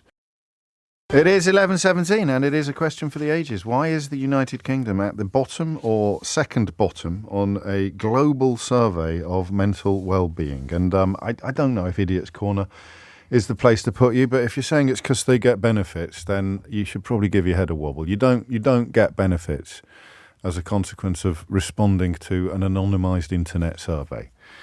But, you know, you crack on. And the answer to the question, David Hill got it right. A few of you got it right, actually, which is slightly... Kathy almost got it right. She said, has the ultra-processed food cookbook outsold yours? But no. It is indeed a book called Ultra-Processed Food by Christopher Van Tulleken, which has kept my latest effort off the top of the paperback charts in its second week of release, which I'm absolutely bloody livid about. I'm not going to lie to you. All right, it's very important. Don't eat ultra-processed food. But my kids need shoes, you know? And a number one thing, that stays with you for life. And this ultra-processed food bite, I was battered with the hard back. Air fryers to the left of me, Rory bloody Stewart to the right of me. I thought the paperback might just slide in. Some bloke writing about Japan was number one last week. I got a very creditable number two. I thought I might just do a Steve Ovett and sneak past Sebco's shoulder. And I did. I overtook him. But then Christopher Van Tulliken comes in with his ultra-processed food book and keeps me in second place. So I hope you're happy, Christopher Van Tulliken. It's 19 minutes after 11. And ultra-processed food is one of the things on the list of suggestions as to why we would be so low on these lists. But I want your suggestions. Paul's in Barcelona. Paul, what would you like to say? Hello. Yes, I left the UK 9 years ago. Yes. Because of my mental health. Really? Tell me more. So, actually, first of all, try before you tell me more, try and sort your phone line out. It sounds like you've got a balaclava helmet on, which in Barcelona at the moment is unlikely. Can we do anything about that? I don't know if you've muffled it a bit or put me on speed. Hello? No, it's still awful. We'll come back to you in just a second, all right? Stay there, Paul. Don't go anywhere. Nivi's in Boreham Wood. What would you like to say, Nivi? Hi. Hello. So I lived in Israel, I lived in Singapore, and lived in England. Yes. The weather in England is really difficult to deal with. You know, a lot of getting dark, that's not easy. In the cold. There are places on this list that have 20 hours of nighttime. There's something a little about the mentality. Yes. You know, when you ask someone, how was your day? And the normal answer is not bad, right? Not bad, yes. It's always like it has a beginning of negativity inside it. It's not like it was amazing, it was great, not bad, it was okay. All right, so what happens in Singapore when someone says, how was your day? They say, okay, with a really big smile. Oh, really? So there is genuinely a little bit more positive engagement, even if you're not getting... Because the last thing I really want, if I ask you how your day was, Nivi, and this may be part of the problem, the last thing I really want is for you to actually tell me. For you to actually say, well, you know, breakfast was a bit of a disaster. My Pop-Tarts burnt my fingers. But you do. There's more warmth in the engagements or something like that. I guess there's more warmth. People are not afraid to show. You know, like in England, you don't go into different topics because you don't want to offend anyone. True. And you don't want to gloat, and it's there's something nice about it, but at the same time, it doesn't let people. You know, say I'm really good, I'm really bad. So we don't talk about any we don't talk about any feelings. So we don't, which will then include, because we bottle up bad feelings, but we don't talk about good feelings either, which just creates a sort of pressure cooker mentality, perhaps. Yeah, and you know, like the NHS with the state of it now, that there's not a lot of prevention. So even when you have a problem, the NHS has a really big waiting list. So when you need help, you can't get it, and it's just. Yeah, it's really hard. That's going to be a big part of it. Even in countries that have got inferior health services, they would have grown up with that and known it. But to feel that your health service is worse than it was before, that's a particular problem, isn't it? Yeah. That's a particular issue. In Singapore, going to accessing sports facilities, I think going to the swimming pool was something like 80p. Go to a really nice facility. Money's going to come up a lot. Where were you happiest? Israel, Singapore or Boreham Wood? I think in Singapore was my happy place. But as a mum to 3 kids and having affordable help and good weather, it was really easy. Yes. Okay. I mean, there'll be downsides. I'm sure that people will be bombarding me soon with tales of injustice in the streets of Singapore. But we speak as we find, Nivi, and that is what this survey does. I wonder if people... Sri Lanka came top, actually. I was desperately trying to see where Singapore was on the list. Israel's really, really high on the feeling distressed, struggling measure, as in a very small percentage of people report themselves as feeling distressed or struggling. But Sri Lanka comes top on one and second on the other, which is mad in a way because they've had civil war and they've got all sorts of problems going on. And I don't know what the Foreign Office advice is at the moment, but I don't think Sri Lanka is absolutely hunky-dory when it comes to the advice being given to potential visitors from here. Silka is in Crowthorne. Silka, what would you like to say? Yes, I'm afraid the last caller took a little bit the wind out of my sail, because I fully agree what she said. So you're having a go at the Brits. It's our own fault we've got poor mental health, because we're chicken and egg miserable. I'm afraid I'm just a German. I'm just... Yeah, okay. I'm not even the UK. So I'm born in Germany, and I mean the Germans obviously they don't have the most welcoming nature. No, historically in some places, and I lived in South Africa for a long time. My husband is South African, in fact, and I have the feeling that even in Germany and especially in South Africa, people they are so much more welcoming. And when they welcome you, they do that with absolutely open arms. There is no buts and knickers. There's nothing. Knickers? And knickers as in like sort of little detractors. Oh, okay, yes. Nitpickers. Who use this or use that. Yeah. Sorry. Not knickers. We've got plenty of knickers. There's no knickers. We got knickers coming out of our ears in this country. We've got no shortage of knickers. That's what Marks and Spencer's is for. No. But the thing is, and like she said, it seems to be not great, but it's not bad, and there is no absolute distinguish between something is not going great or something is going absolutely fine. I can't remember since 2019 when we came to the UK. We always invite our neighbours. We have an open house. We have barbecues. We call them braais. Yes. And we invite people. We've not once been invited back by our neighbours, which we thought is bizarre. It's absolutely bizarre. What did you serve? I don't know. South African food. Is that the problem, maybe? It could be the problem. Yeah. Or maybe, because barbecuing is much more popular in the Southern Hemisphere, you may have put them to shame. And they don't want to invite you back because their own efforts will be so poor in comparison. It is an art in South Africa. My husband actually puts it to an art. You see, that's what's happened. We call it braaiing, and braaiing is something which, I mean... Do you have any pampas grass in your front garden? No, but we have a palm tree or two. Okay.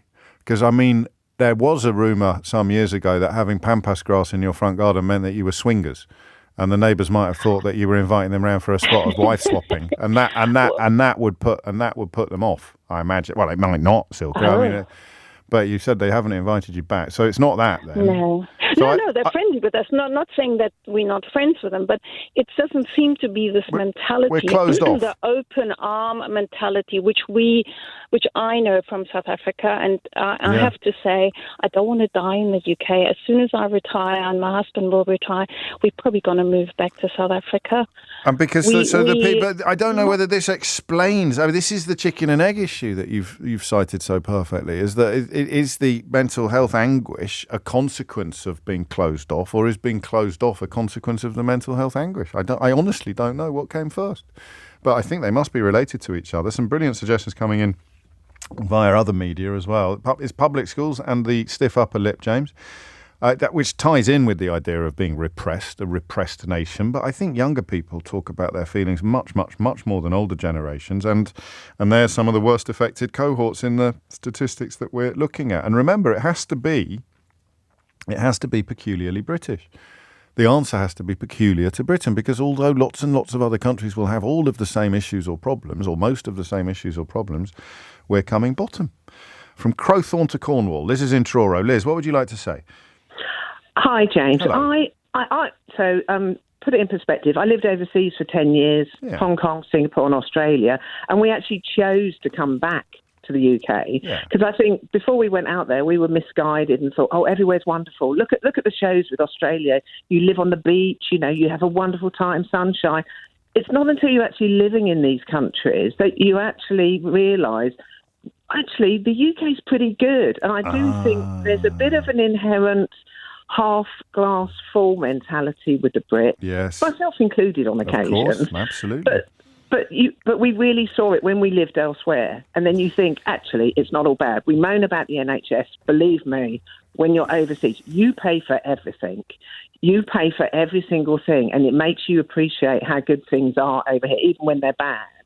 So I think that's one of the things. Even when you look online and you live overseas and you hanker after the good old days, the British corner shop online as an example, and there's plenty of other things. Yes. They all sell old-fashioned sweets. Yes. All the things that took us back to the 70s. So you're comparing UK 2024 with other places where you live 2024, and everyone here is comparing UK 2024 with UK 1984 or 1974. It's like we're a nation of people reading the Facebook post about drinking water directly from the hose pipe and thinking that somehow life was better then, when it probably wasn't, but some things felt better. No. And we feel like a declining nation, but you're not going to feel that if you're comparing us to other nations. Absolutely. Look how popular those Facebook pages are. Yeah, I know. They're ridiculous. The children of the 70s or whatever. They're ridiculous, though. Exactly, because people long for those days. And that's leaving Brexit. the doors open. That's Brexit. That's Brexit. Yeah, exactly. You made me think of Margate. I know you're in Cornwall. But I think you can live with the competition. We've got the sun here. Yeah, all right, don't rub it in. I only fully understood Brexit when I went to Margate a couple of years afterwards and just got a little grip of what it would feel like to live in a place that felt as if its best days were behind it forever. I mean, no criticism of Margate at all. I think it's a really nice place. But that sense, if you see Margate, it's full of reminders of when it was the Riviera of the United Kingdom. It was a glamour spot for the whole world in some cases. Some of the chefs and the hoteliers that set up business in Margate and invited the great and the good and the aristocrats, and everything from the wrought iron bandstands, everything feels like it used to be better. I wonder if we're living through the Margateification of the whole United Kingdom at the moment. But of course, if you were comparing it to other countries as opposed to the past, you'd probably be arriving in a very different place. Staying in Kent, after this, from Margate to Deal, in fact, because that is where Keir Starmer has just given a speech about what Labour will do with regard to the so-called small boats, and he did it on a lectern that was shared with Natalie Elphicke and Yvette Cooper, two politicians who I can't imagine ever thought that they would find themselves singing from the same hymn sheet, let alone in public and on live radio. So that will be up next. Before that, Thomas Watts has your headlines. 11:34 is the time. Interesting to hear perspectives from people who have spent time in other countries, all of whom... No, not Liz Inchoro, sorry. Liz Inchoro being a Brit previously abroad, and then non-Brits who are here now but have previously lived abroad. And the first thing that emerges is a sort of sense of personal misery. Whether it is confected, affected or created, I do not know. But the idea that the UK is bottom of these mental well-being charts because almost of a self-perpetuating unhappiness is fascinating to me. I thought it would be much more external factors, and I'm sure it will when we return to the phones. But before that, Natasha Clark has the delight of being in Deal today, where Keir Starmer has just given a speech. Just to begin at the very beginning, was it a surprise, Natasha, when Natalie Elphicke opened up proceedings from the lectern that Keir Starmer would subsequently stand behind? Morning, James. I think all of us were suspecting that we were going to hear from Natalie Elphicke this morning, but we weren't expecting her to be the one introducing him on the stage alongside Labour's Shadow Home Secretary Yvette Cooper and the person that hopes to be taking over from Natalie in just a few months' time, the prospective parliamentary candidate Mike Tapp was there as well. And look, they were all smiles on the stage, but it appeared very awkward. The four of them sort of awkwardly looking at each other, all smiles for the cameras, and I'm sure you'll see all of those pictures plastered all over the newspapers tomorrow. But yes, very awkward. She turned up and saying that she thinks that Rishi Sunak has failed on small boats and now that he can't be trusted. And also, I suppose, Keir Starmer showing that he's not remotely troubled by dissent in the ranks or media attempts to make a defection from the Tories more about who was being defected to than who was being defected from. This is a sort of doubling down upon the politics of it. Absolutely doubling down, and actually who's asked at the very end a question from another journalist who asked, well, where is your line, Keir Starmer? Who would you not be prepared to have in the party? And you sort of chuckled, and someone else I think said, what about the people that you would be prepared to have from the Conservatives? He said, there'd be a very long list of people that could defect to the Labour Party. But they asked him as well, does that mean you want Nigel Farage in the party? And his answer was really very careful there. He didn't say that Nigel Farage would not be welcome. welcome. He just said that Nigel Farage probably wouldn't want to join the Labour Party at all. So that a very interesting, crafty response from Starmer there. He clearly wants to be seen to be the guy that's saying, look, Labour Party has changed. I'm reaching out across the political spectrum to people with lots of different views. And he's being very careful not to alienate people who might have voted Conservative. And we've been hearing callers from the region all morning talking about this. So he's giving permission even to people who voted UKIP to vote Labour at the next general election. That's, I think that's a part of the analysis. I'm glad you've raised it, that a lot of other commentators are missing. But we should talk about what was actually in his speech, shouldn't we? Yes, so he was there essentially to lay out what he would do differently if Labour win the next election, if he's lucky enough to get those keys to Downing Street. He essentially said that he would scrap the Rwanda policy, which we already knew, but this is a bit more detail, a bit more meat on the bones about what he's going to do differently. It was also quite a visionary speech, actually. I think we learned quite a lot about what the government that Keir Starmer might lead if he does win the next election. He promised not to do gimmicks anymore like Rwanda, and that was going to be scrapped, he said, as quickly as possible. I dragged my party away from the allure of gesture politics, and I will do exactly the same to Westminster. No more gimmicks. The character of politics will change. And through that, we will deliver higher growth, safer streets, an NHS back on its feet, more opportunity in your community, cheaper bills in your home, and secure borders for our nation. An asylum system rebuilt, the criminal gangs smashed, the exploitation of some of the most vulnerable people in the world prevented, an end to the chaos, a turning of the page, a politics returned to service, and a careful, patient, determined renewal of our country with Labour. So that was Sir Keir Starmer today speaking in Dover. He essentially said that he would introduce new powers to help clamp down on the people smugglers that are allowing these dangerous crossings.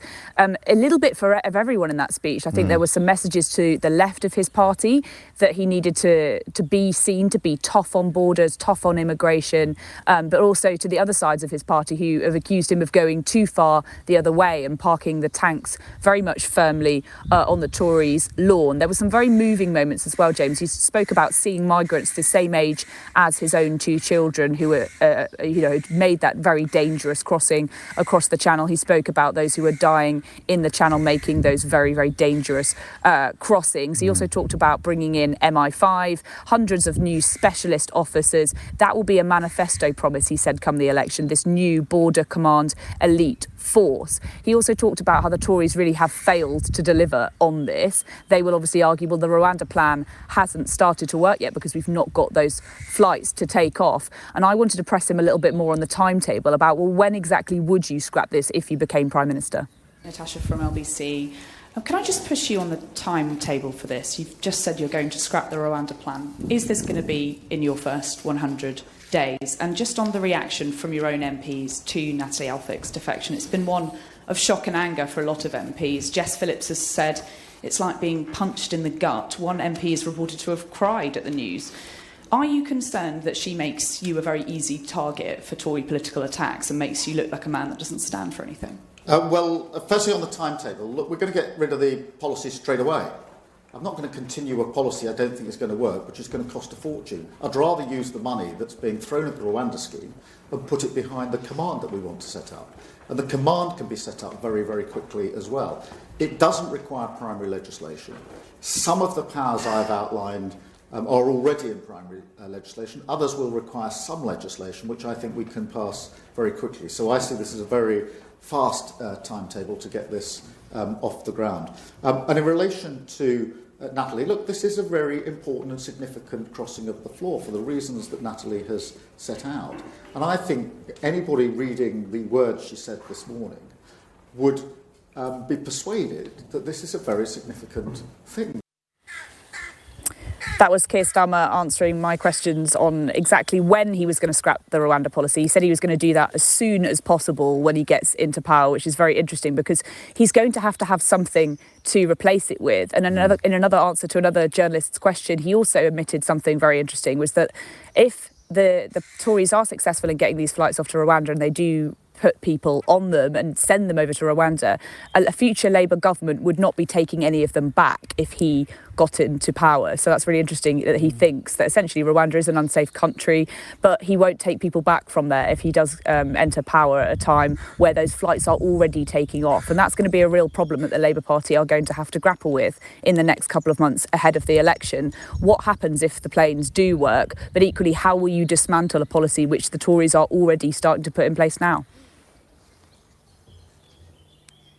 We're not waiting for another clip there. That's it. That's it, James. I thought you might want to come back. No, I like this. It's the great thing about the delay. I was just enjoying the bird song, actually, Natasha, in the background, which is delightful. But so that's all the clips that we're going to play of the speech itself. He if I've understood you correctly, then he's seeking to turn the telescope around and focus sincerely upon the scourge of the actual people smugglers, while rehumanising the refugees themselves.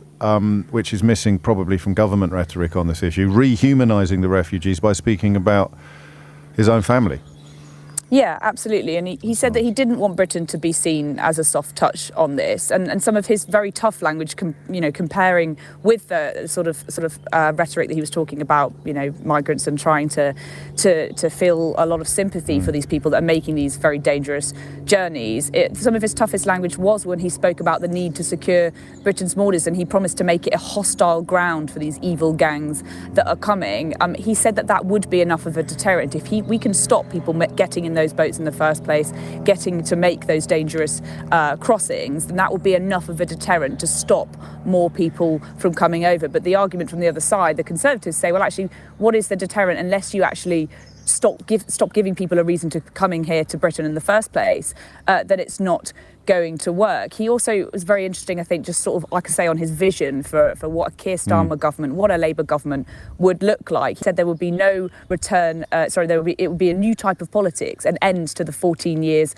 of broken promises from the Conservatives. He talked about dragging his party away from the allure of gesture politics, and he promised that he would do the same thing in government, the end of gimmicks. He wants to do things that work. He also talked about wanting to renegotiate a deal with the EU in terms of migration partnerships, in terms of working closely together on things like Interpol, which is obviously things that we've had to leave after Brexit. A very interesting, wide-ranging and really fascinating speech from Sir Keir Starmer today here in Dover. Well, safe journey home. Thank you very much, Natasha Clark, LBC's political editor there, reporting on Keir Starmer's speech, which had all sorts of dimensions to it, given the personnel who were standing alongside him on that stage or sharing a lectern with him. But as I've said to you a few times now, the next few months are going to see a increasing sense of Keir Starmer being run under the microscope as a potential Prime Minister. I'm not expecting any prizes for that observation, by the way. It's about as obvious as the nose on your face. But I am enjoying all of the people who seem to enjoy the bird song in the background. Did you do that thing again on that? Or you did? So do you know what Keith does? This is why we pay him the big bucks. In the quiet moments, Keith turns up the background so that the birds assume a role of their own on the programme. They assume they become like the backing vocalists. If I am Sonny and Natasha is Cher, the birds in the background, with Keith playing the role of Phil Spector at the mixing desk. The birds in the background, but that's a bit unfortunate. No, who's a really good producer who hasn't gone to jail? I can't remember. But Keith being the producer on the mixing desk, raising the volume of the birds to create a sort of wall of sound that I'm delighted to see so many of you enjoying. It's 11:45. 11:49 is the time. I guess rather more urgent, but similarly underreported, talking about the Global Mind Project for the first half of this hour. But we turn our attention now to a profound sense of fury and disappointment in the government's failure to bring in a law needed and promised to address the institutional cover-up of sexual abuse of children. I'm joined by Alex Renton, the investigative journalist and himself a survivor of child sexual abuse, about which he has written incredibly powerfully, and about the importance of what is known as mandatory reporting. You have never been in any doubt, Alex. No, I've been reporting this for 10 years since I first came out about what happened at my boarding school. the many teachers there who were sexually and psychologically abusing us.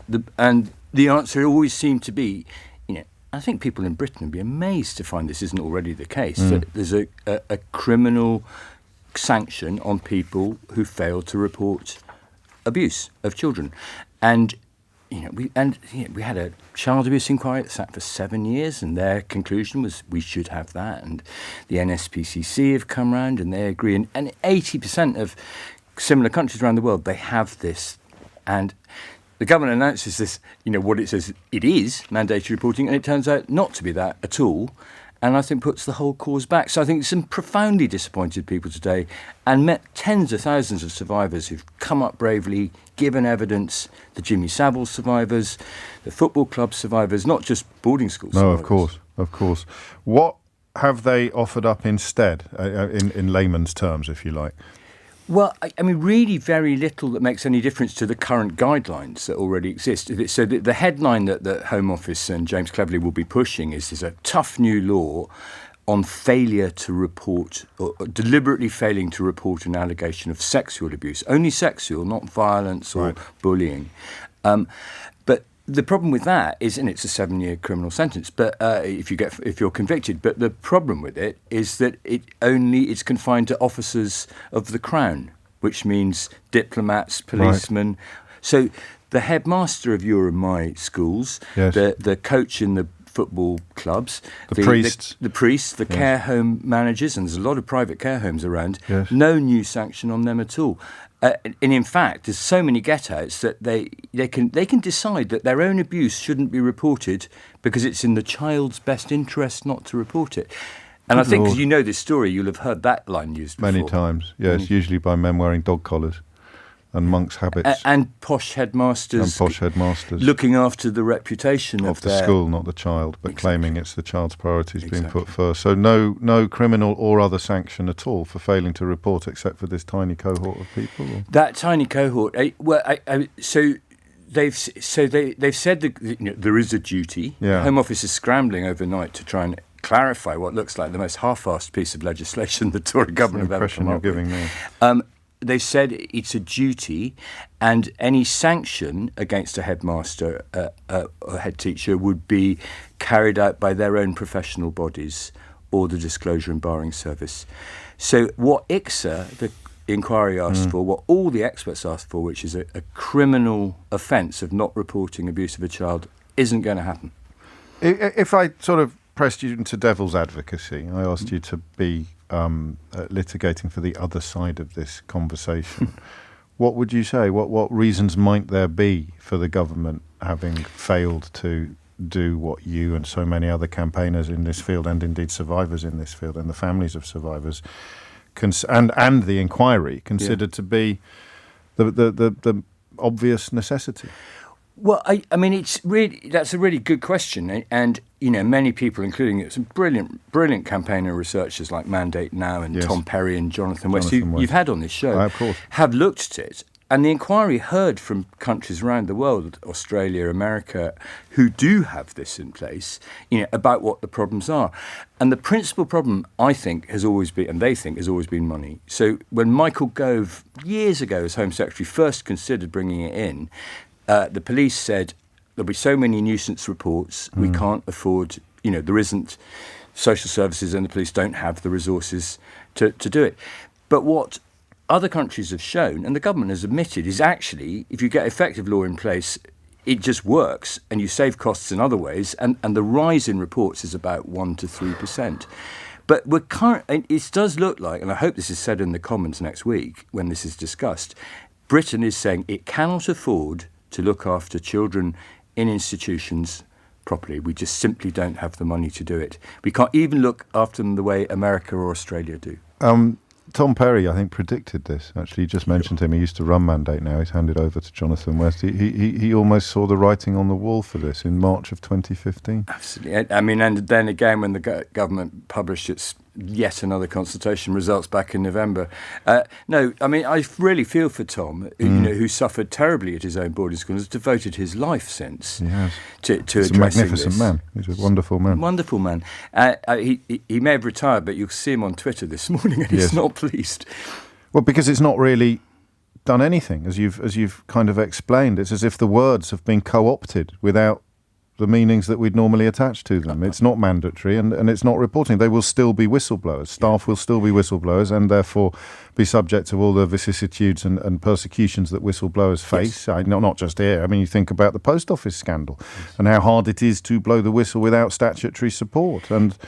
And of course, it means that the perpetrators and the abusers are the only people today with anything to celebrate. Absolutely. And I've talked to a lot of survivors like Nicky Campbell and so on in the last 24 hours. And he makes the point that there's a huge court case in Edinburgh, which will follow, Scotland will follow this law last in February when they looked at the charges, the judge looked at the charges against a man called John Brownlee, who hideously abused hundreds of children over 25 years in this very posh school in the centre of Edinburgh. He would not have to be reported because his abuse was sadistic violence and psychological, but it wasn't sexual. No one ever called it sexual. So the headmasters there, who did cover up Brownlee, would have every reason they have a licence to continue to do so. And of course, you and I went to these hideous posh schools, and we know that a lot of people who suffer to this day, it's not because of sexual abuse. No. It's because of the fear and misery, the psychological abuse by teachers, and the violence, the casual violence, and the NSPCC, the institutional violence. NSPCC told me the other day they had advised government to include those forms of abuse, just as recently as last November. And government has not listened.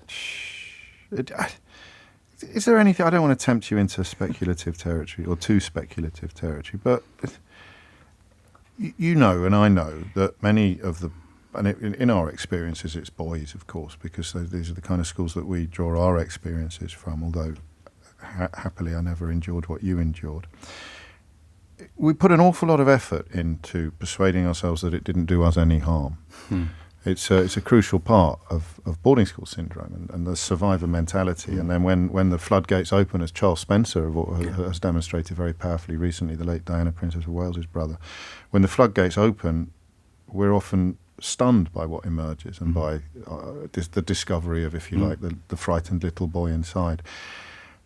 Could that be part of the process? Could we still be dealing with an establishment populated by people who are in denial, really, about the severity of what's happened to other people and possibly even to themselves? Well, it is interesting how many of our leaders in recent years, Rishi Sunak, Boris Johnson went to my boarding school and went to Eton like me, David Cameron, did come through a system that seems to have sort of cauterized some normal human feelings like empathy for the others and push this sort of belief in toughness and power.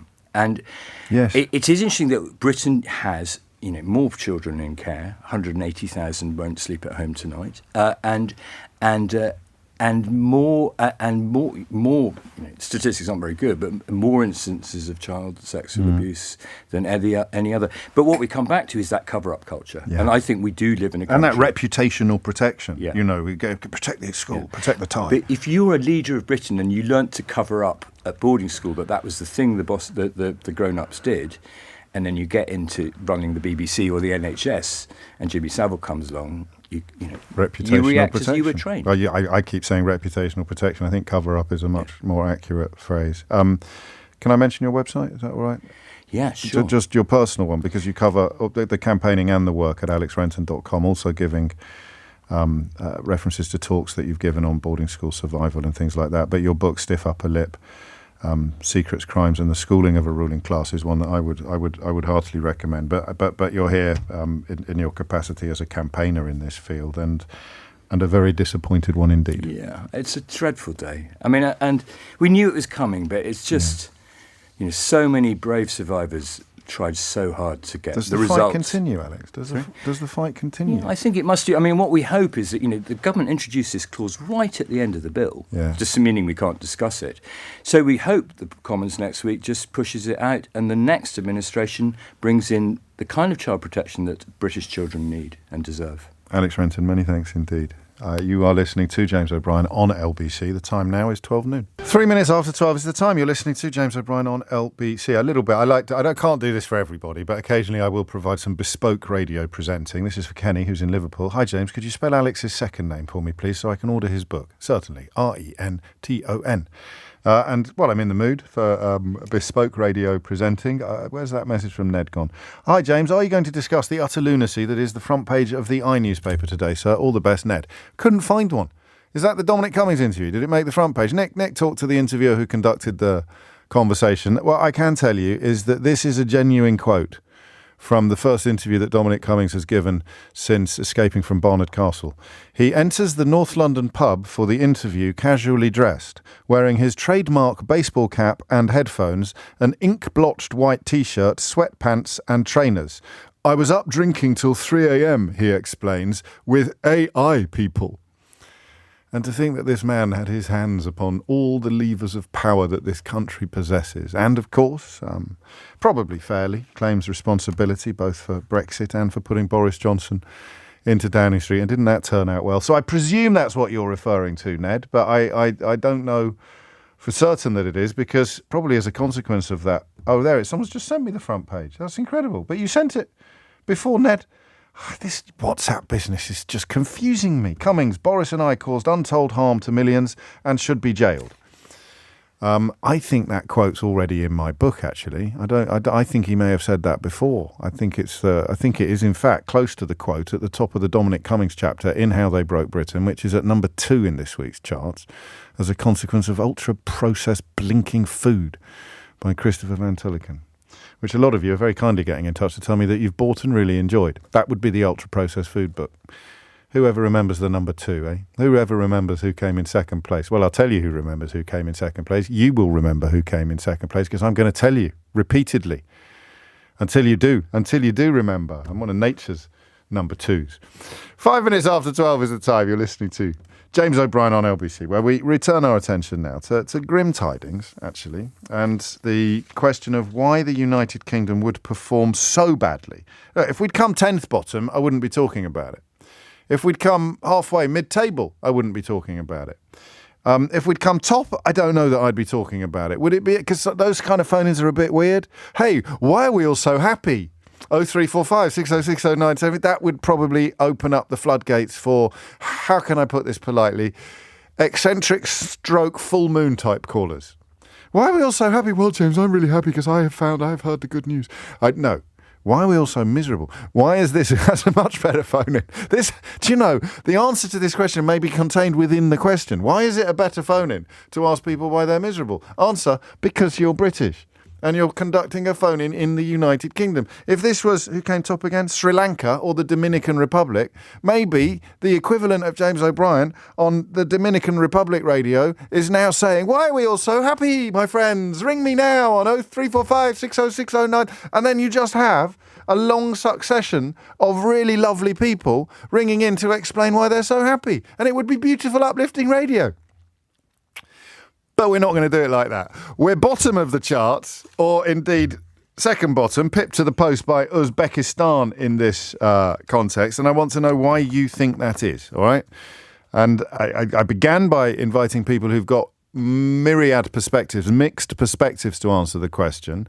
But we are now becoming, as I've just demonstrated, we're now perhaps digging into it even from a perspective of only ever having lived here and nowhere else. What is it about this nation that creates a context in which general mental well-being can be so low and the percentage of people describing themselves as distressed or struggling with their mental health can be so high? Surya is in Welling. Surya, what would you like to say? Hi, James. Thank you. You're very welcome. Right. So I'll come at it from 2 angles. So I've lived in 2 countries. I've lived in India for a large part of my life and the last decade here in the UK. Okay. And the second thing is I work as a business researcher. What that means is I regularly conduct surveys like this. Now, one of the challenges that we find consistently is what you just described. What did I just describe? Well, the British people aren't ecstatic about things in general, even when the question is is not anything to do with what we are discussing today. So when we conduct business surveys in the US versus the UK, typically, very few British people would select a 5 on a scale of 5, where 5 means, I'm absolutely happy with whatever's happening. Absolutely fascinating. Whereas other countries, other cultures would be quite happy to describe themselves as being very happy. Correct. So that's kind of a observational bias, and how we correct for it is by comparing. It's a relative measure that makes most sense. Okay. So if I knew what this studies or where we landed last year on this study, that would be a better indicator rather than the absolute figure. Okay. Well, don't poo-poo the topic, Surya, because I want to have an interesting conversation about it. And you can only adjust it so far. They're not going to have gone into it with their eyes shut. They've been doing it for years, and there will be reasons. So why do you think, in the research that you do, British people are less likely to go for 5 on a chart from 1 to 5 describing how they feel about something, less likely to go for great strength of feeling than people from other countries? Well, I mean, I think that's kind of the nature of how we have always been and we are. I mean, when I came to this country 10 years ago, I did not realize, for example, quite good doesn't mean really good. Okay, it means quite good. Yeah, it's quite good. It's quite good. Quite good. It's quite good. It's quite good. Because we use quite. Quite's a great word, because you would say that's quite fantastic, and that would mean very. It's quite magnificent. Very, but if you use a superlative with a quite becomes a magnifier. But if you use a non-superlative with quite, it actually becomes a detractor, a subtractor. Yes. A quite good. Yes. Like the best thing someone could say to you is, not too bad. How are you feeling? Not too bad. Not too bad. Mustn't grumble. Yes. Why not? And that actually means they're doing really well, which actually doesn't sound that way from an American perspective, which is where all the surveys mostly, or survey agencies originate from. So I think there's bias. I wouldn't kind of lose sleep about this unless last year we were at number 2 and this year we landed at 71. We have fallen faster than anyone else, but not quite as far as you described. Could there not be conditions unique to the country as opposed to the population that describe this, though? Absolutely. I mean, there must be, I can't speak to this specific study. I haven't looked into it, but there must be something. And one thing I can talk about from my experiences in India, I was just there for a 3-week kind of holiday. And I think the startup scene there. So everybody I know who's working and contributing, they have something to look forward to because there are so many great Indian companies that are opening up. They can invest in them. The stock market's moving, multiple IPOs. There's this inherent belief sense of growth that tomorrow will be better than today. Yeah, it will be faster than today. So that I think is interesting work you do. I mean, you would say that, wouldn't you, in the field that you're in? But I think the statistics support you. And of course, it would be remiss of me not to point out that although India doesn't perform that well on this list actually, but that is because they'll also be asking people living in slums how they feel about their mental health, as well as people investing in IPOs, I presume. Right, and also the median age of India and Southeast Asia in general is much lower than the UK. Right. So, if you ask my teenager how they feel, depending on the time of the day... you can say that again, yes. You'd get very different answers. Is it true, and forgive me if this is wrong, I'm reading out a text, is it true that Surya means sunshine in Sanskrit? It is true. It actually means the sun. So I was born, my mum tells me this, I have no proof, but I was born early morning, first rays of the sun, and that's how they named me. And you have to answer this in a peculiarly un-British way, Surya. Are you a happy person?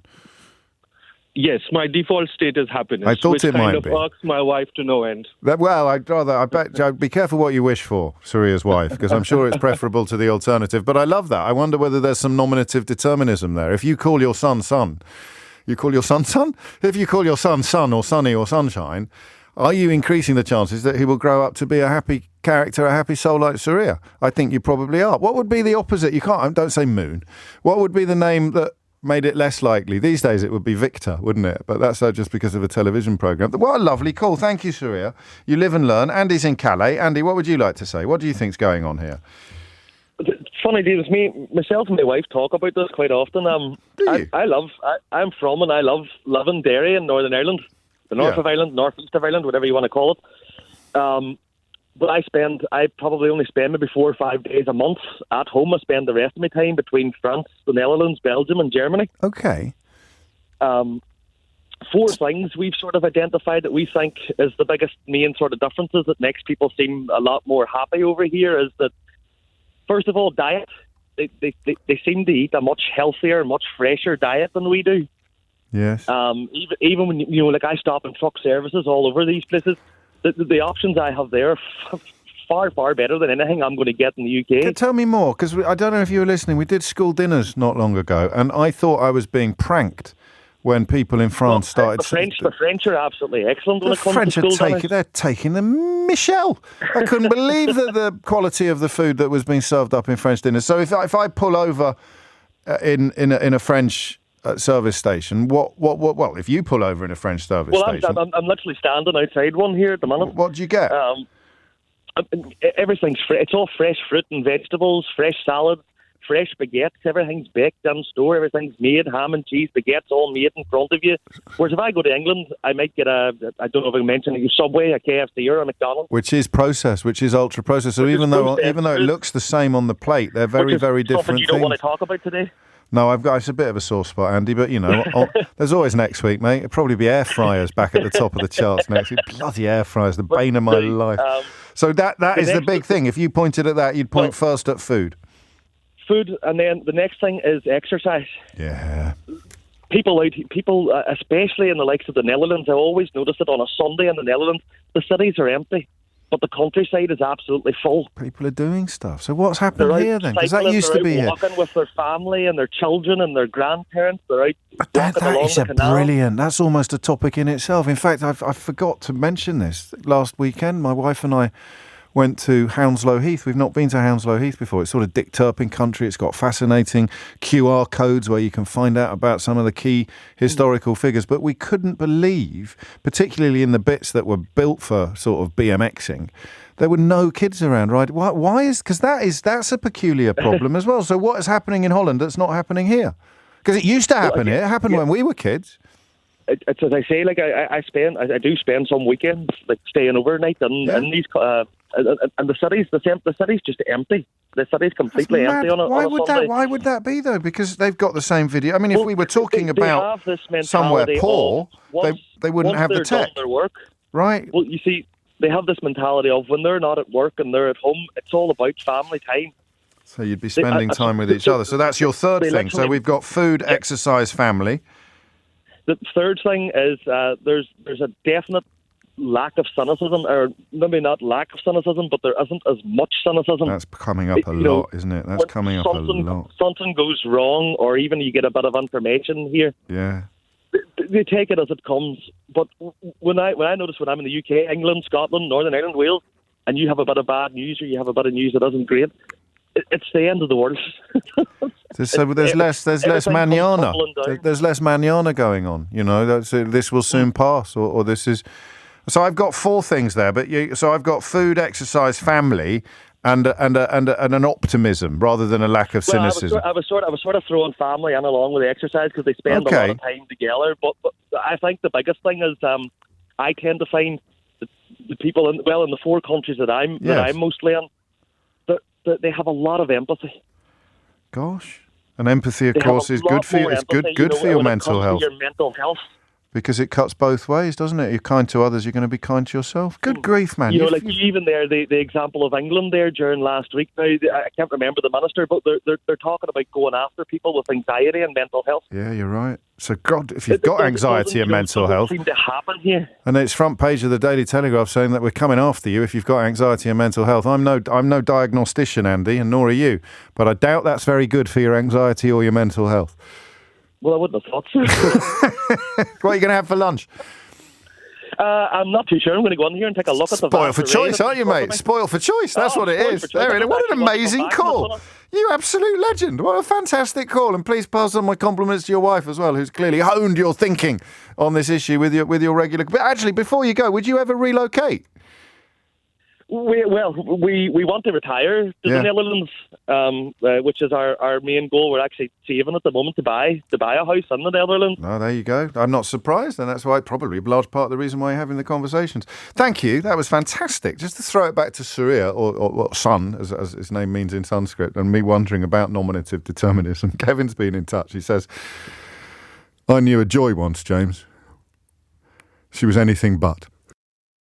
Andy should write a book, shouldn't he? Those 4 things there that you would point to if you were trying to work out why the United Kingdom performs so poorly on international mental health comparisons. Food, which does get a mention, and we are worse than other countries, I suspect, actually. Not just, the obvious, we always go on about, continental Europe. Germany it can't be much better than us, can it, on fresh food? I always think of the Germans loving a processed meat sausage and a dry old pie. But this is lovely, not least because I bet you had such a bonding experience, Pete. Peter's in Durham. He says, it's not just France, James. My son and I drove across southern Brazil during the World Cup of 2014. Oh, what a trip that must have been. Honestly. And the service stations there, the food was superb. You'd have lorry drivers all look like Tom Selleck eating chicken salads. There wasn't a dry pie in sight. That's a new version of a dry eye in the house, isn't it? There wasn't a dry eye in the service, a dry pie in the service station. So what other reasons are we going to come up with? I love those. So if I put family with food rather than exercise, well, no, I'm going to go for 5 things. I think Andy did himself a disservice. I think you've got food, family, exercise, and by family I mean prioritising family time. Food, family, exercise. Optimism / lack of cynicism. So a sort of just well, that's chicken and egg, isn't it? Because you're going to be more upbeat if you're doing the other 4 things. And then empathy, which comes up so often on this programme. The deliberate erosion of empathy that we've seen undertaken in this country since 2010. You can't do austerity if you've got a surfeit of empathy. You need to get rid of empathy before you get rid of Sure Start centres. You need to get rid of empathy before you come after disabled people. You need to get rid of empathy before you build an entire government on attacking refugees. So, I mean, where did we have more empathy in the 90s? The late 90s? Did we have more empathy in the noughties? Did we? Between 97 and 2010, did we have more empathy? Maybe we did, Maybe we did. And if you can persuade people that we can't afford to help other people, then I suspect you sow the seeds for a subsequent dilution of empathy, a disappearance of empathy. And yet these countries, many of these countries, Guatemala beats us into a cocked hat, way ahead of us, Kenya. Some of these countries are poor, and yet they are happier. They have better mental health. So there is something going on, and we will continue to try to work out what it is. Sean is in Tower Hamlets. Sean, what would you like to say?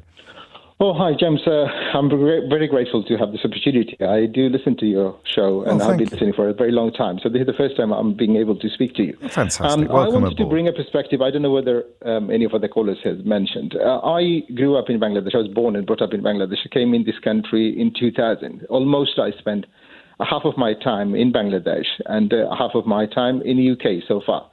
One of the things that I wanted to bring in this conversation as philosophy of life. So in Bangladesh, we grew up as children where families would teach kids philosophy of life, almost like introducing a family as an institution. Oh, yes. And we get taught that there are constitutional, fundamental values that would govern the way we live our life. Go on. And this is something that I realize that we lack in this society, that the way we live. I have 3 kids, 1 adult, and actually 2 adults, 1 become adult now. Yeah. And being a parent myself, I realize that there is a lack of kind of philosophy in the way we live our life. And I think that has a significant effect in our mental health. I mean, obviously, philosophy is a very broad term. So for example, family values. Yes. Family values. I mean, I have implemented some of the things that I learned, and I realized how important these things are. My wife and I, we're both professional. We work for NHS. In few years after having kids, we realized that it's important for us to give ourselves voluntary pay cut. We allowed ourselves 25% reduction of our pay, so we could spend more time with our kids, and then I could spend time with my wife and children. And so prioritising time together. And constructive time together, not just sitting staring at the same screen. Not necessarily. No. Okay. This is not. It doesn't go with. As I said, this constitution is not a written constitution, obviously, but we understand what are the constitutional values, what are the key values. So it comes with, say, for example, religion. For example, I mean, it's not a kind of absolute, but religion do play a part. Mild religion. All religions essentially contain, almost all religions at some point contain a version of be excellent to each other. And if that is actually taught to you formally, then it would enhance empathy. It would tie in with what Andy said. We don't need to spend any time reminding each other of the excesses of religion or the dangers of excess religion, but the fundamental message of being excellent to each other, regardless of whether you follow the same faith or not, has got to help engender a healthier, warmer society, hasn't it?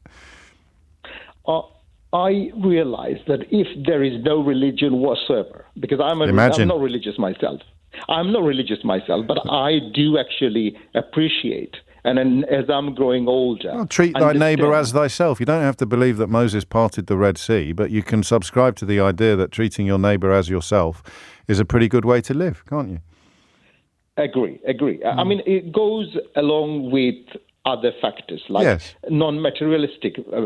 Here in Western world, we focus so much on material. We do. And I always struggle to have a balance between non-material aspect of life and how we prioritize material over non-material. Well, that's linked to rank and class as well, isn't it? Which I know that I know that Hinduism has a caste system, but the British class system, the obsession with rank and class, trying to outdo our neighbours and trying to no hostages, put it well, trying to pretend our country is world beating all the time, that can't be very good for our mental health. So, at a personal or a familial level, material possession obsession is going to be unhealthy. But then when you translate that into a national attitude, like we've got to be world beating, we've got to be this, we've got to be that, I've got to do better than my neighbours, both domestically on my street and internationally, that's very mentally damaging. That's very mentally draining as well. Where was your mental health better, Bangladesh or Britain? It's a very difficult question. Of course, but I do recognise significant adverse effect, and I was, in comparison, in some way, was probably better off in Bangladesh. In some way, not. So it's very difficult to make this assessment. But of course, there are certain challenges that I didn't have in Bangladesh when I was there. Yeah. Obviously, there were other issues, but I mean, some way I was happier, and some way I was not. So it's a very difficult. Yeah, of course, it's a silly question, really. But I'm just trying to see. I asked it just to give myself time to work out where Bangladesh was on the list of 71 countries, but I'm not sure that it was actually included. Sean, what a glorious debut on the programme. I think you've definitely earned the right to come back. I look forward to talking to you again. You've also managed to take me so close to the 12:30 news that there's a very strong chance I'll hit it on time, which it's not quite the first time that has ever happened, but it's probably in the top two. Amelia Cox is here now with your headlines. 12:32 is the time. It's going pretty well, this, isn't it? For quite a nebulous question, albeit a question based on statistical evidence. The answers that we're getting have been fantastic. I'm with Rich on this. What a lovely thing to get in touch to say, Rich. He writes, wonderful show today. Thanks, James. I could have called at any segment, but yet again, so many of your callers have spoken for me. Have a great weekend. You too, Rich. You have a great weekend. Simon says, I visited some poor villages in Thailand in 1991 and I saw pure social happiness that I've rarely seen in the UK.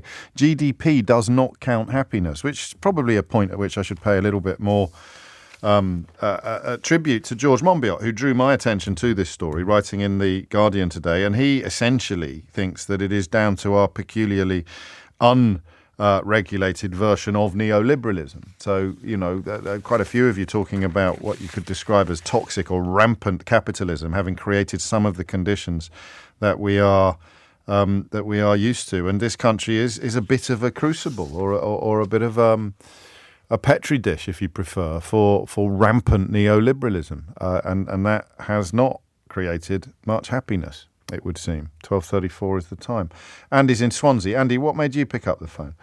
Oh, hi. Hello. Oh, this is the second time we've spoken. Last time was about gender-neutral toilets, so this is a different one. It's certainly covering the bases there, Andy. Carry on. Yeah. Well, I've lived abroad for quite a bit. I've lived everywhere from Kazakhstan, Argentina, Peru, the Netherlands, Bahrain, Hong Kong, and so on. What do you do? Can I ask what you do? I in international education. Oh, wait a minute. There's a lorry passing by with some fruity stuff to lay on the fields. There we are. It's gone Okay, now. no, that's fine. You've pulled over, have you? Because what you said then, if I was a suspicious man, you were about to say that I was an international espionage agent, and then you realised that you shouldn't say that on the radio because of your training. Obviously, your training kicked in, at which point you invented a lorry load of manure and pretended that was distracting you in the hope that I would not then return to the question of what it was you did for a living that saw you live in more countries than James Bond has visited. Right. International education. I was a senior teacher. Espionage education, espionage, training camps, was it, Andy? Training camps? Yes, right. I see. To the point. To the point.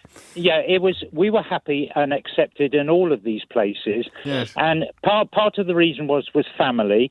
When you have family, they regard you very much as one of them because that's what they regarded highly. Okay. But the thing that I noticed really above all was the complete absence of class.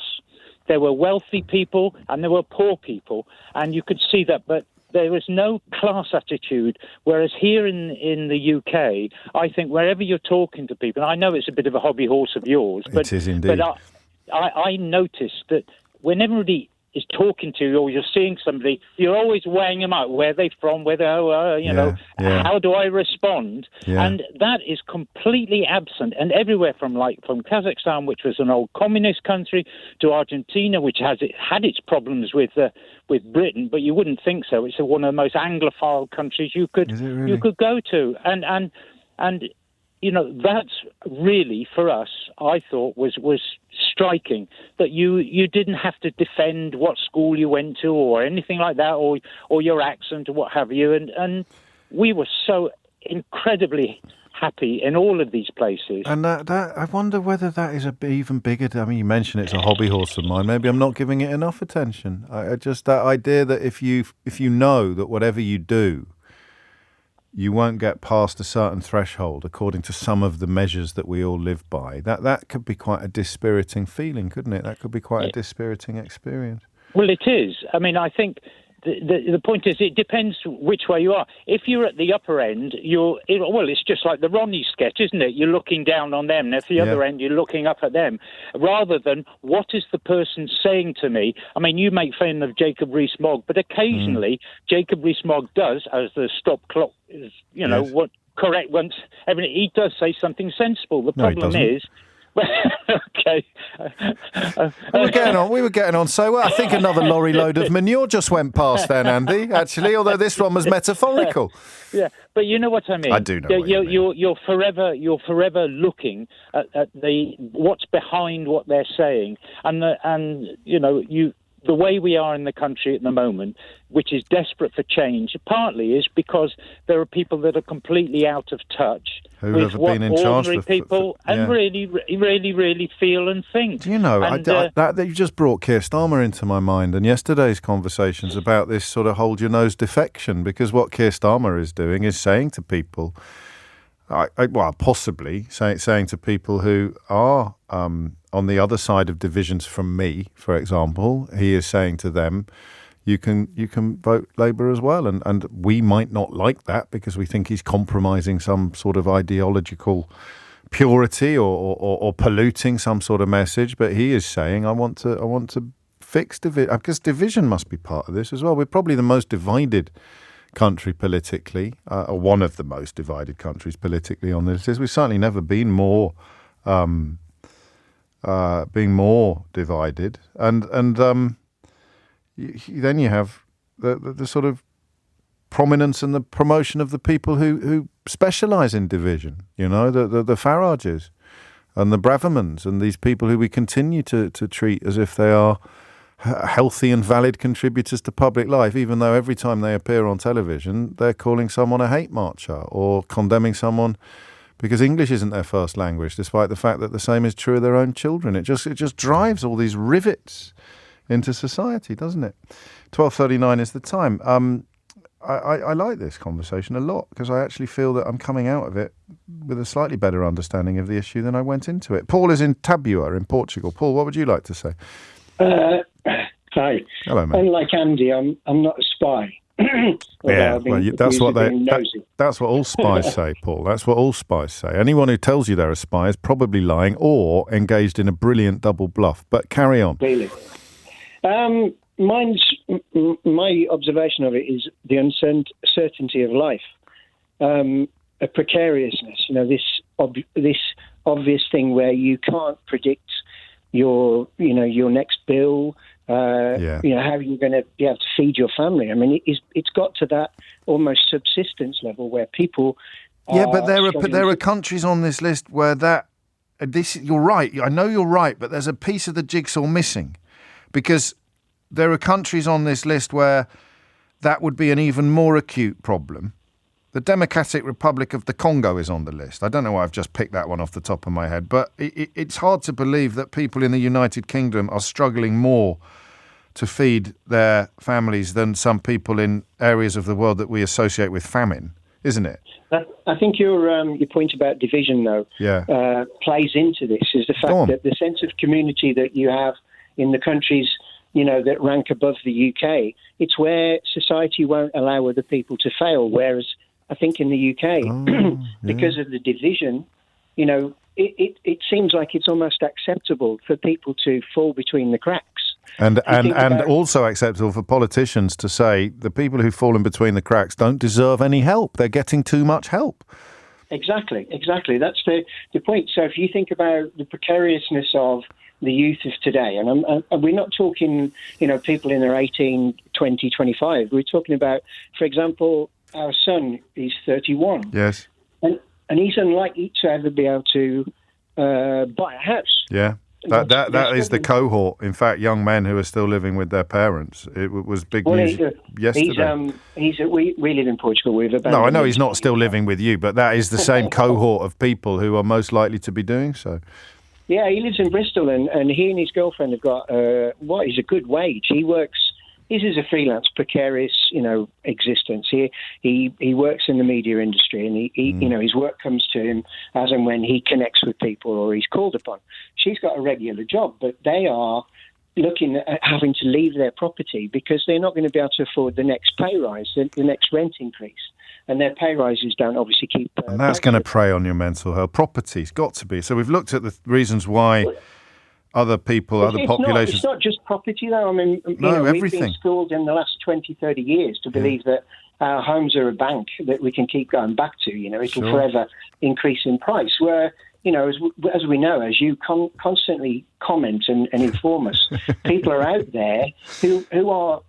don't have a roof over their heads, cannot even, put a meal on the table at the same time. So all of these things, all of these factors affect people at different levels in society. And, you might be fortunate enough to have been able to put the deposit down on your property. But you're still worried about interest rates rocketing. And Liz Truss, of course, delivering the worst imaginable news to those. Today we're celebrating that the last recession was relatively negligible and we are now moving out of it. But the impact of those epic interest rates upon people struggling to pay their mortgages and their rents will be measured in years, not in months or percentage points. Paul, that was brilliant. I'm moving on just because this is one of those conversations that's getting more popular with every passing minute, and also because if anybody ever brings the lyrics of Tim Booth to the table while I'm on the radio, then they get very, very special treatment. And Paul Stokes has done precisely that. He writes, the band James sang it best, James, with the lyric, if I hadn't seen such riches, I could live with being poor. And that's part of the experience. That's part of the British experience, in contrast to some of the other countries on the list.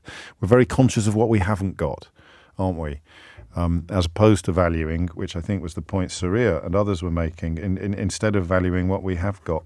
So if you were going to actually get up tomorrow or this afternoon and make changes to your life designed to improve your mental health, you would look at your diet, your exercise, the amount of time you carve out to spend with people that you love, ideally, not necessarily family. You'd make a conscious effort to be a little less cynical, a little bit more optimistic, and you would be exercising empathy. You would be practicing your empathy. You would be trying to imagine what it's like to be somebody else. And then, if you're feeling very intellectual, as James points out, you could go and have a look at Maslow's hierarchy of needs. You are listening to James O'Brien on LBC. If you want to contribute to this conversation, there's still a bit of time left, 0345 6060 973. And before we head to the next junction, another full disclosure plug, because, of course, Gary Stevenson, who has written a brilliant book and has his wonderful YouTube channel about economics. He addresses a lot of the issues that have come up quite organically in the course of this conversation, not least the one that Paul closed with, which was the issue of property prices, unaffordability, and the very, very compelling thesis in Gary's book that it's no accident. This is a bit of a weird one. Do you want to play with me for a minute? It's. I think that this has come from some form of AI, this message. Oddly, one of my favourite bands, James, just got a reference, and then this pops up with references to one of my favourite books, if not my favourite book, my specialist subject, actually, on Mastermind. But it's wrong. And yet it reads like ChatGPT. Listen to this. It goes, in The Catcher in the Rye, Holden Caulfield expresses his views on Britain's unhappiness in a conversation with his sister Phoebe. He says, I mean, they're nice and all. I'm not saying that. But they're also touchy as hell. They're never in a good mood. They're always moaning and groaning about something. This quote reflects Holden's observation of Britons as generally unhappy and constantly complaining, which could be interpreted as contributing to their overall discontent. Does that sound like ChatGPT? Does that sound like AI? So the reason I know it's wrong is because I don't think he'd write a line like moaning and groaning. That's what caught my eye, because it's an infelicitous line, and Catcher in the Rye, Salinger's prose is absolutely inch perfect. Every syllable works. But I could be wrong about that. It might not be the moaning and groaning. But that line there, I mean, they're nice and all. I'm not saying that, but they're also touchy as hell. Because I'm a very boring person, I know that he's not talking, A, to his sister Phoebe, or B, about British people when he says that. He's talking about his own parents. It's in the first paragraph of the book, when he is saying, I'm not going to tell you too much personal details, because my parents, I think he uses the phrase, they'd have a hemorrhage apiece if I gave away too much personal detail. And it's the bit after the David Copperfield. I'm not going to go into all that stuff, he says. And he says about his parents, they're quite touchy about anything like that, especially my father. They're nice and all, I'm not saying that, but they're also touchy as hell. I just thought that was really interesting, because it looks like a really valid contribution, a really thoughtful contribution. And it's not true. And yet it's written in a way that looks almost academic in its authority. Of course, he wouldn't be writing about British people, really, particularly Holden Caulfield. You might get the sort of prototype Holden Caulfield character writing about British people in the short story for Esme with Love and Squalor, when he drew upon his experiences as a soldier posted in this country. I told you it was my Mastermind subject, but that's mad. To have James reference and the J.D. Salinger reference in the space of 3 minutes has warmed the cockles of my 52-year-old heart, as indeed did this week's Full Disclosure. So they're all different. Full disclosures, as you know. Some of them are political, some of them are not. Some of them are based on work that's been done or books that have been written. And some people I just really enjoy sitting in the same room as for an hour. And Julie Hesmondhalgh is one of those people that you've either just gone, ooh, or you've gone, who? Because if you know who she is, you've gone, oh, this will be a good one. She's fast. And if you don't know the name immediately, you would definitely recognise the face. Best known by her own admission, best known for having played Hayley, later Hayley Cropper, in Coronation Street, the chatelaine of Roy's roles. And latterly, and one of the reasons why it popped into my head that we should talk to her, she of course took one of the lead roles in Mr. Bates versus the Post Office, playing Suzanne Sercombe. And I just thought she was lovely, and I was right. And you get to spend an hour in our company by listening to this week's Full Disclosure. It was such an amazing thing to be part of. Anyway, and I've never been in a read-through before where the producer cries, really? Before we've even done the read-through, because he was so passionate about it. Patrick Spence, he was so absolutely determined that we do this and tell this story. And it was really hard to get it made. Oh, yeah? Because everything has to be sold in America now. Right. It's all global sales. It's all that. And they were like, it won't sell in America. It won't happen. And everybody did it for less money than they normally would. Okay. And they were just like, well, we'll do it and we'll give it a go. But nobody anticipated how it would take off. When did you realise? Well, I think I properly realised the week after, right? Because it was on the first week in January, yeah. So everyone was kind of like still kind of coming to after Christmas, yes. In news world, and I think that people were. I think the response to a really particular scene, and again it was Monica Dolan, and it was when she's playing Jo Hamilton and she's in the post office and she's just like tearing her hair out literally, and she's surrounded in receipts and she's on the hotline to Horizon and she's saying, "Thank you so much. I'm so lost with this. I'm terrible with numbers. Can you?" And the numbers and the deficit doubles in front of her eyes, and she's like, and I think that was a turning point. Yeah. I think some people had to turn off at that point because it was like, I can't. It's an anxiety drink. Yeah. But I think that is when telly is at its best. When you are so in somebody else's shoes that you almost can't look. It's like, I can absolutely imagine myself in that moment. And that's what happened. And then the week after, because suddenly it was all over the papers again and everyone was talking about it.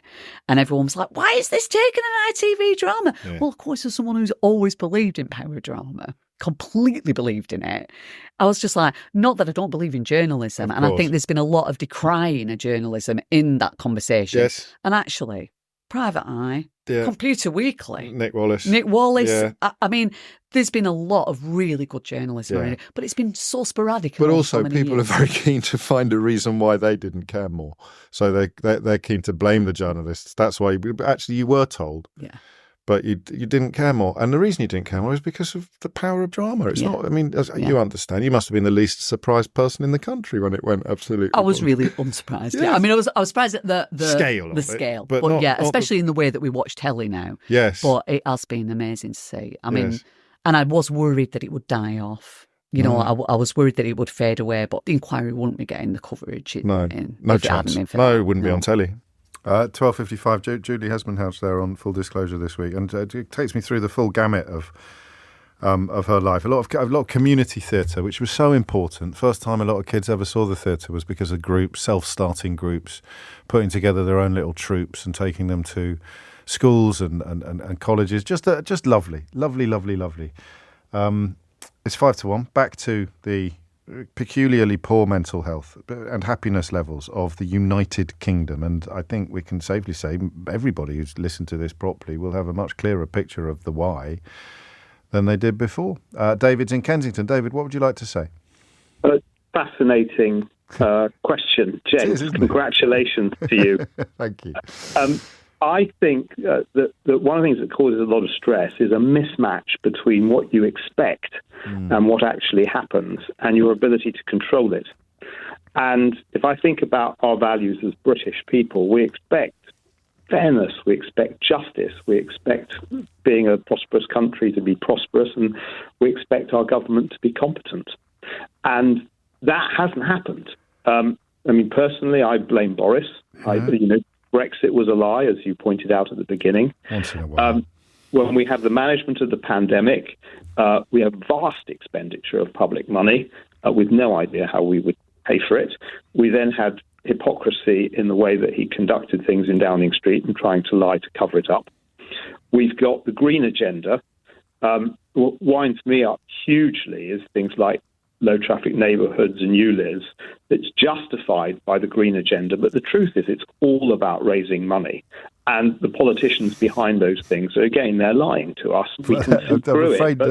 It was all going so well until you started denying the science. But I don't want you... I'm not denying the science. No, you are. But I don't want you to get angry with me. Really cover it. Well, it's 12:57, and I've done it about 467 times before. So let's press on then. Well, except that, in a way... Regardless of where you sit on ULEZ, and I think the mayoral election gave us a fairly clear picture of where most Londoners sit on it, contrary to what right-wing media has been telling us or where they were sitting. It's another example of a wedge that has been driven between us, because with the greatest of love and respect, you're getting your knickers in a twist about being told to drive slowly through residential areas, and that's not a position you were born in. It's a position that has been inflicted James, upon you. Don't tell me what I'm getting my knickers in a twist about. Well, you just told me you just said it makes me very angry.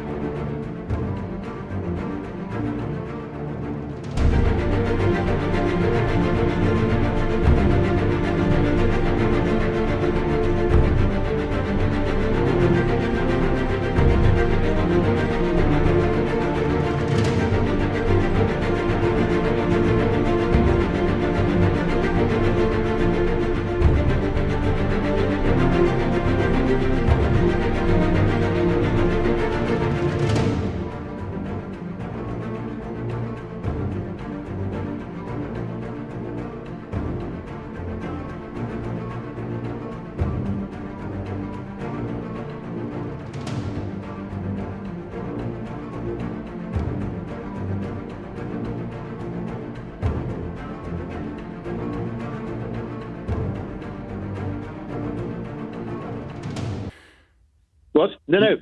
What makes me angry, James, is the lying justification. But there's no one's lying about that. That's the problem. But the fact is that even this has gone on a slightly unexpected trajectory, because you're kind of proving how easy it is for people to get angry about things that aren't true. And you start off with things that are true. Get angry with Boris Johnson for being delinquent. Get angry with the political establishment for being completely corrupted. Get angry about the management of the pandemic, which even Dominic Cummings says today should have seen him and Boris Johnson sent to jail. But then, oddly, you've got ULEZ and speed limits in your pocket, which in the context of the really big stuff you just mentioned sounds a bit silly.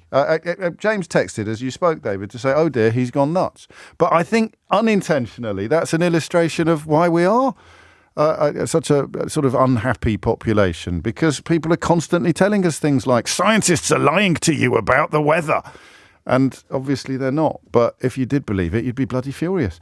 Thank you, though. Always a pleasure. You are listening to... Is that your phone, She? I'm ever so sorry. No, that's right. Did we pick that up on the microphones? Did we? That's that's all right. No, you've done this long? Oh, no. That's naughty step for That's me. why my mental health is compromised, because I never know what epic act of amateurism Sheila Fogarty is about to bring it to carry into my studio on a silver... There are many. There are many. Lovely picture of you in Leicester Square.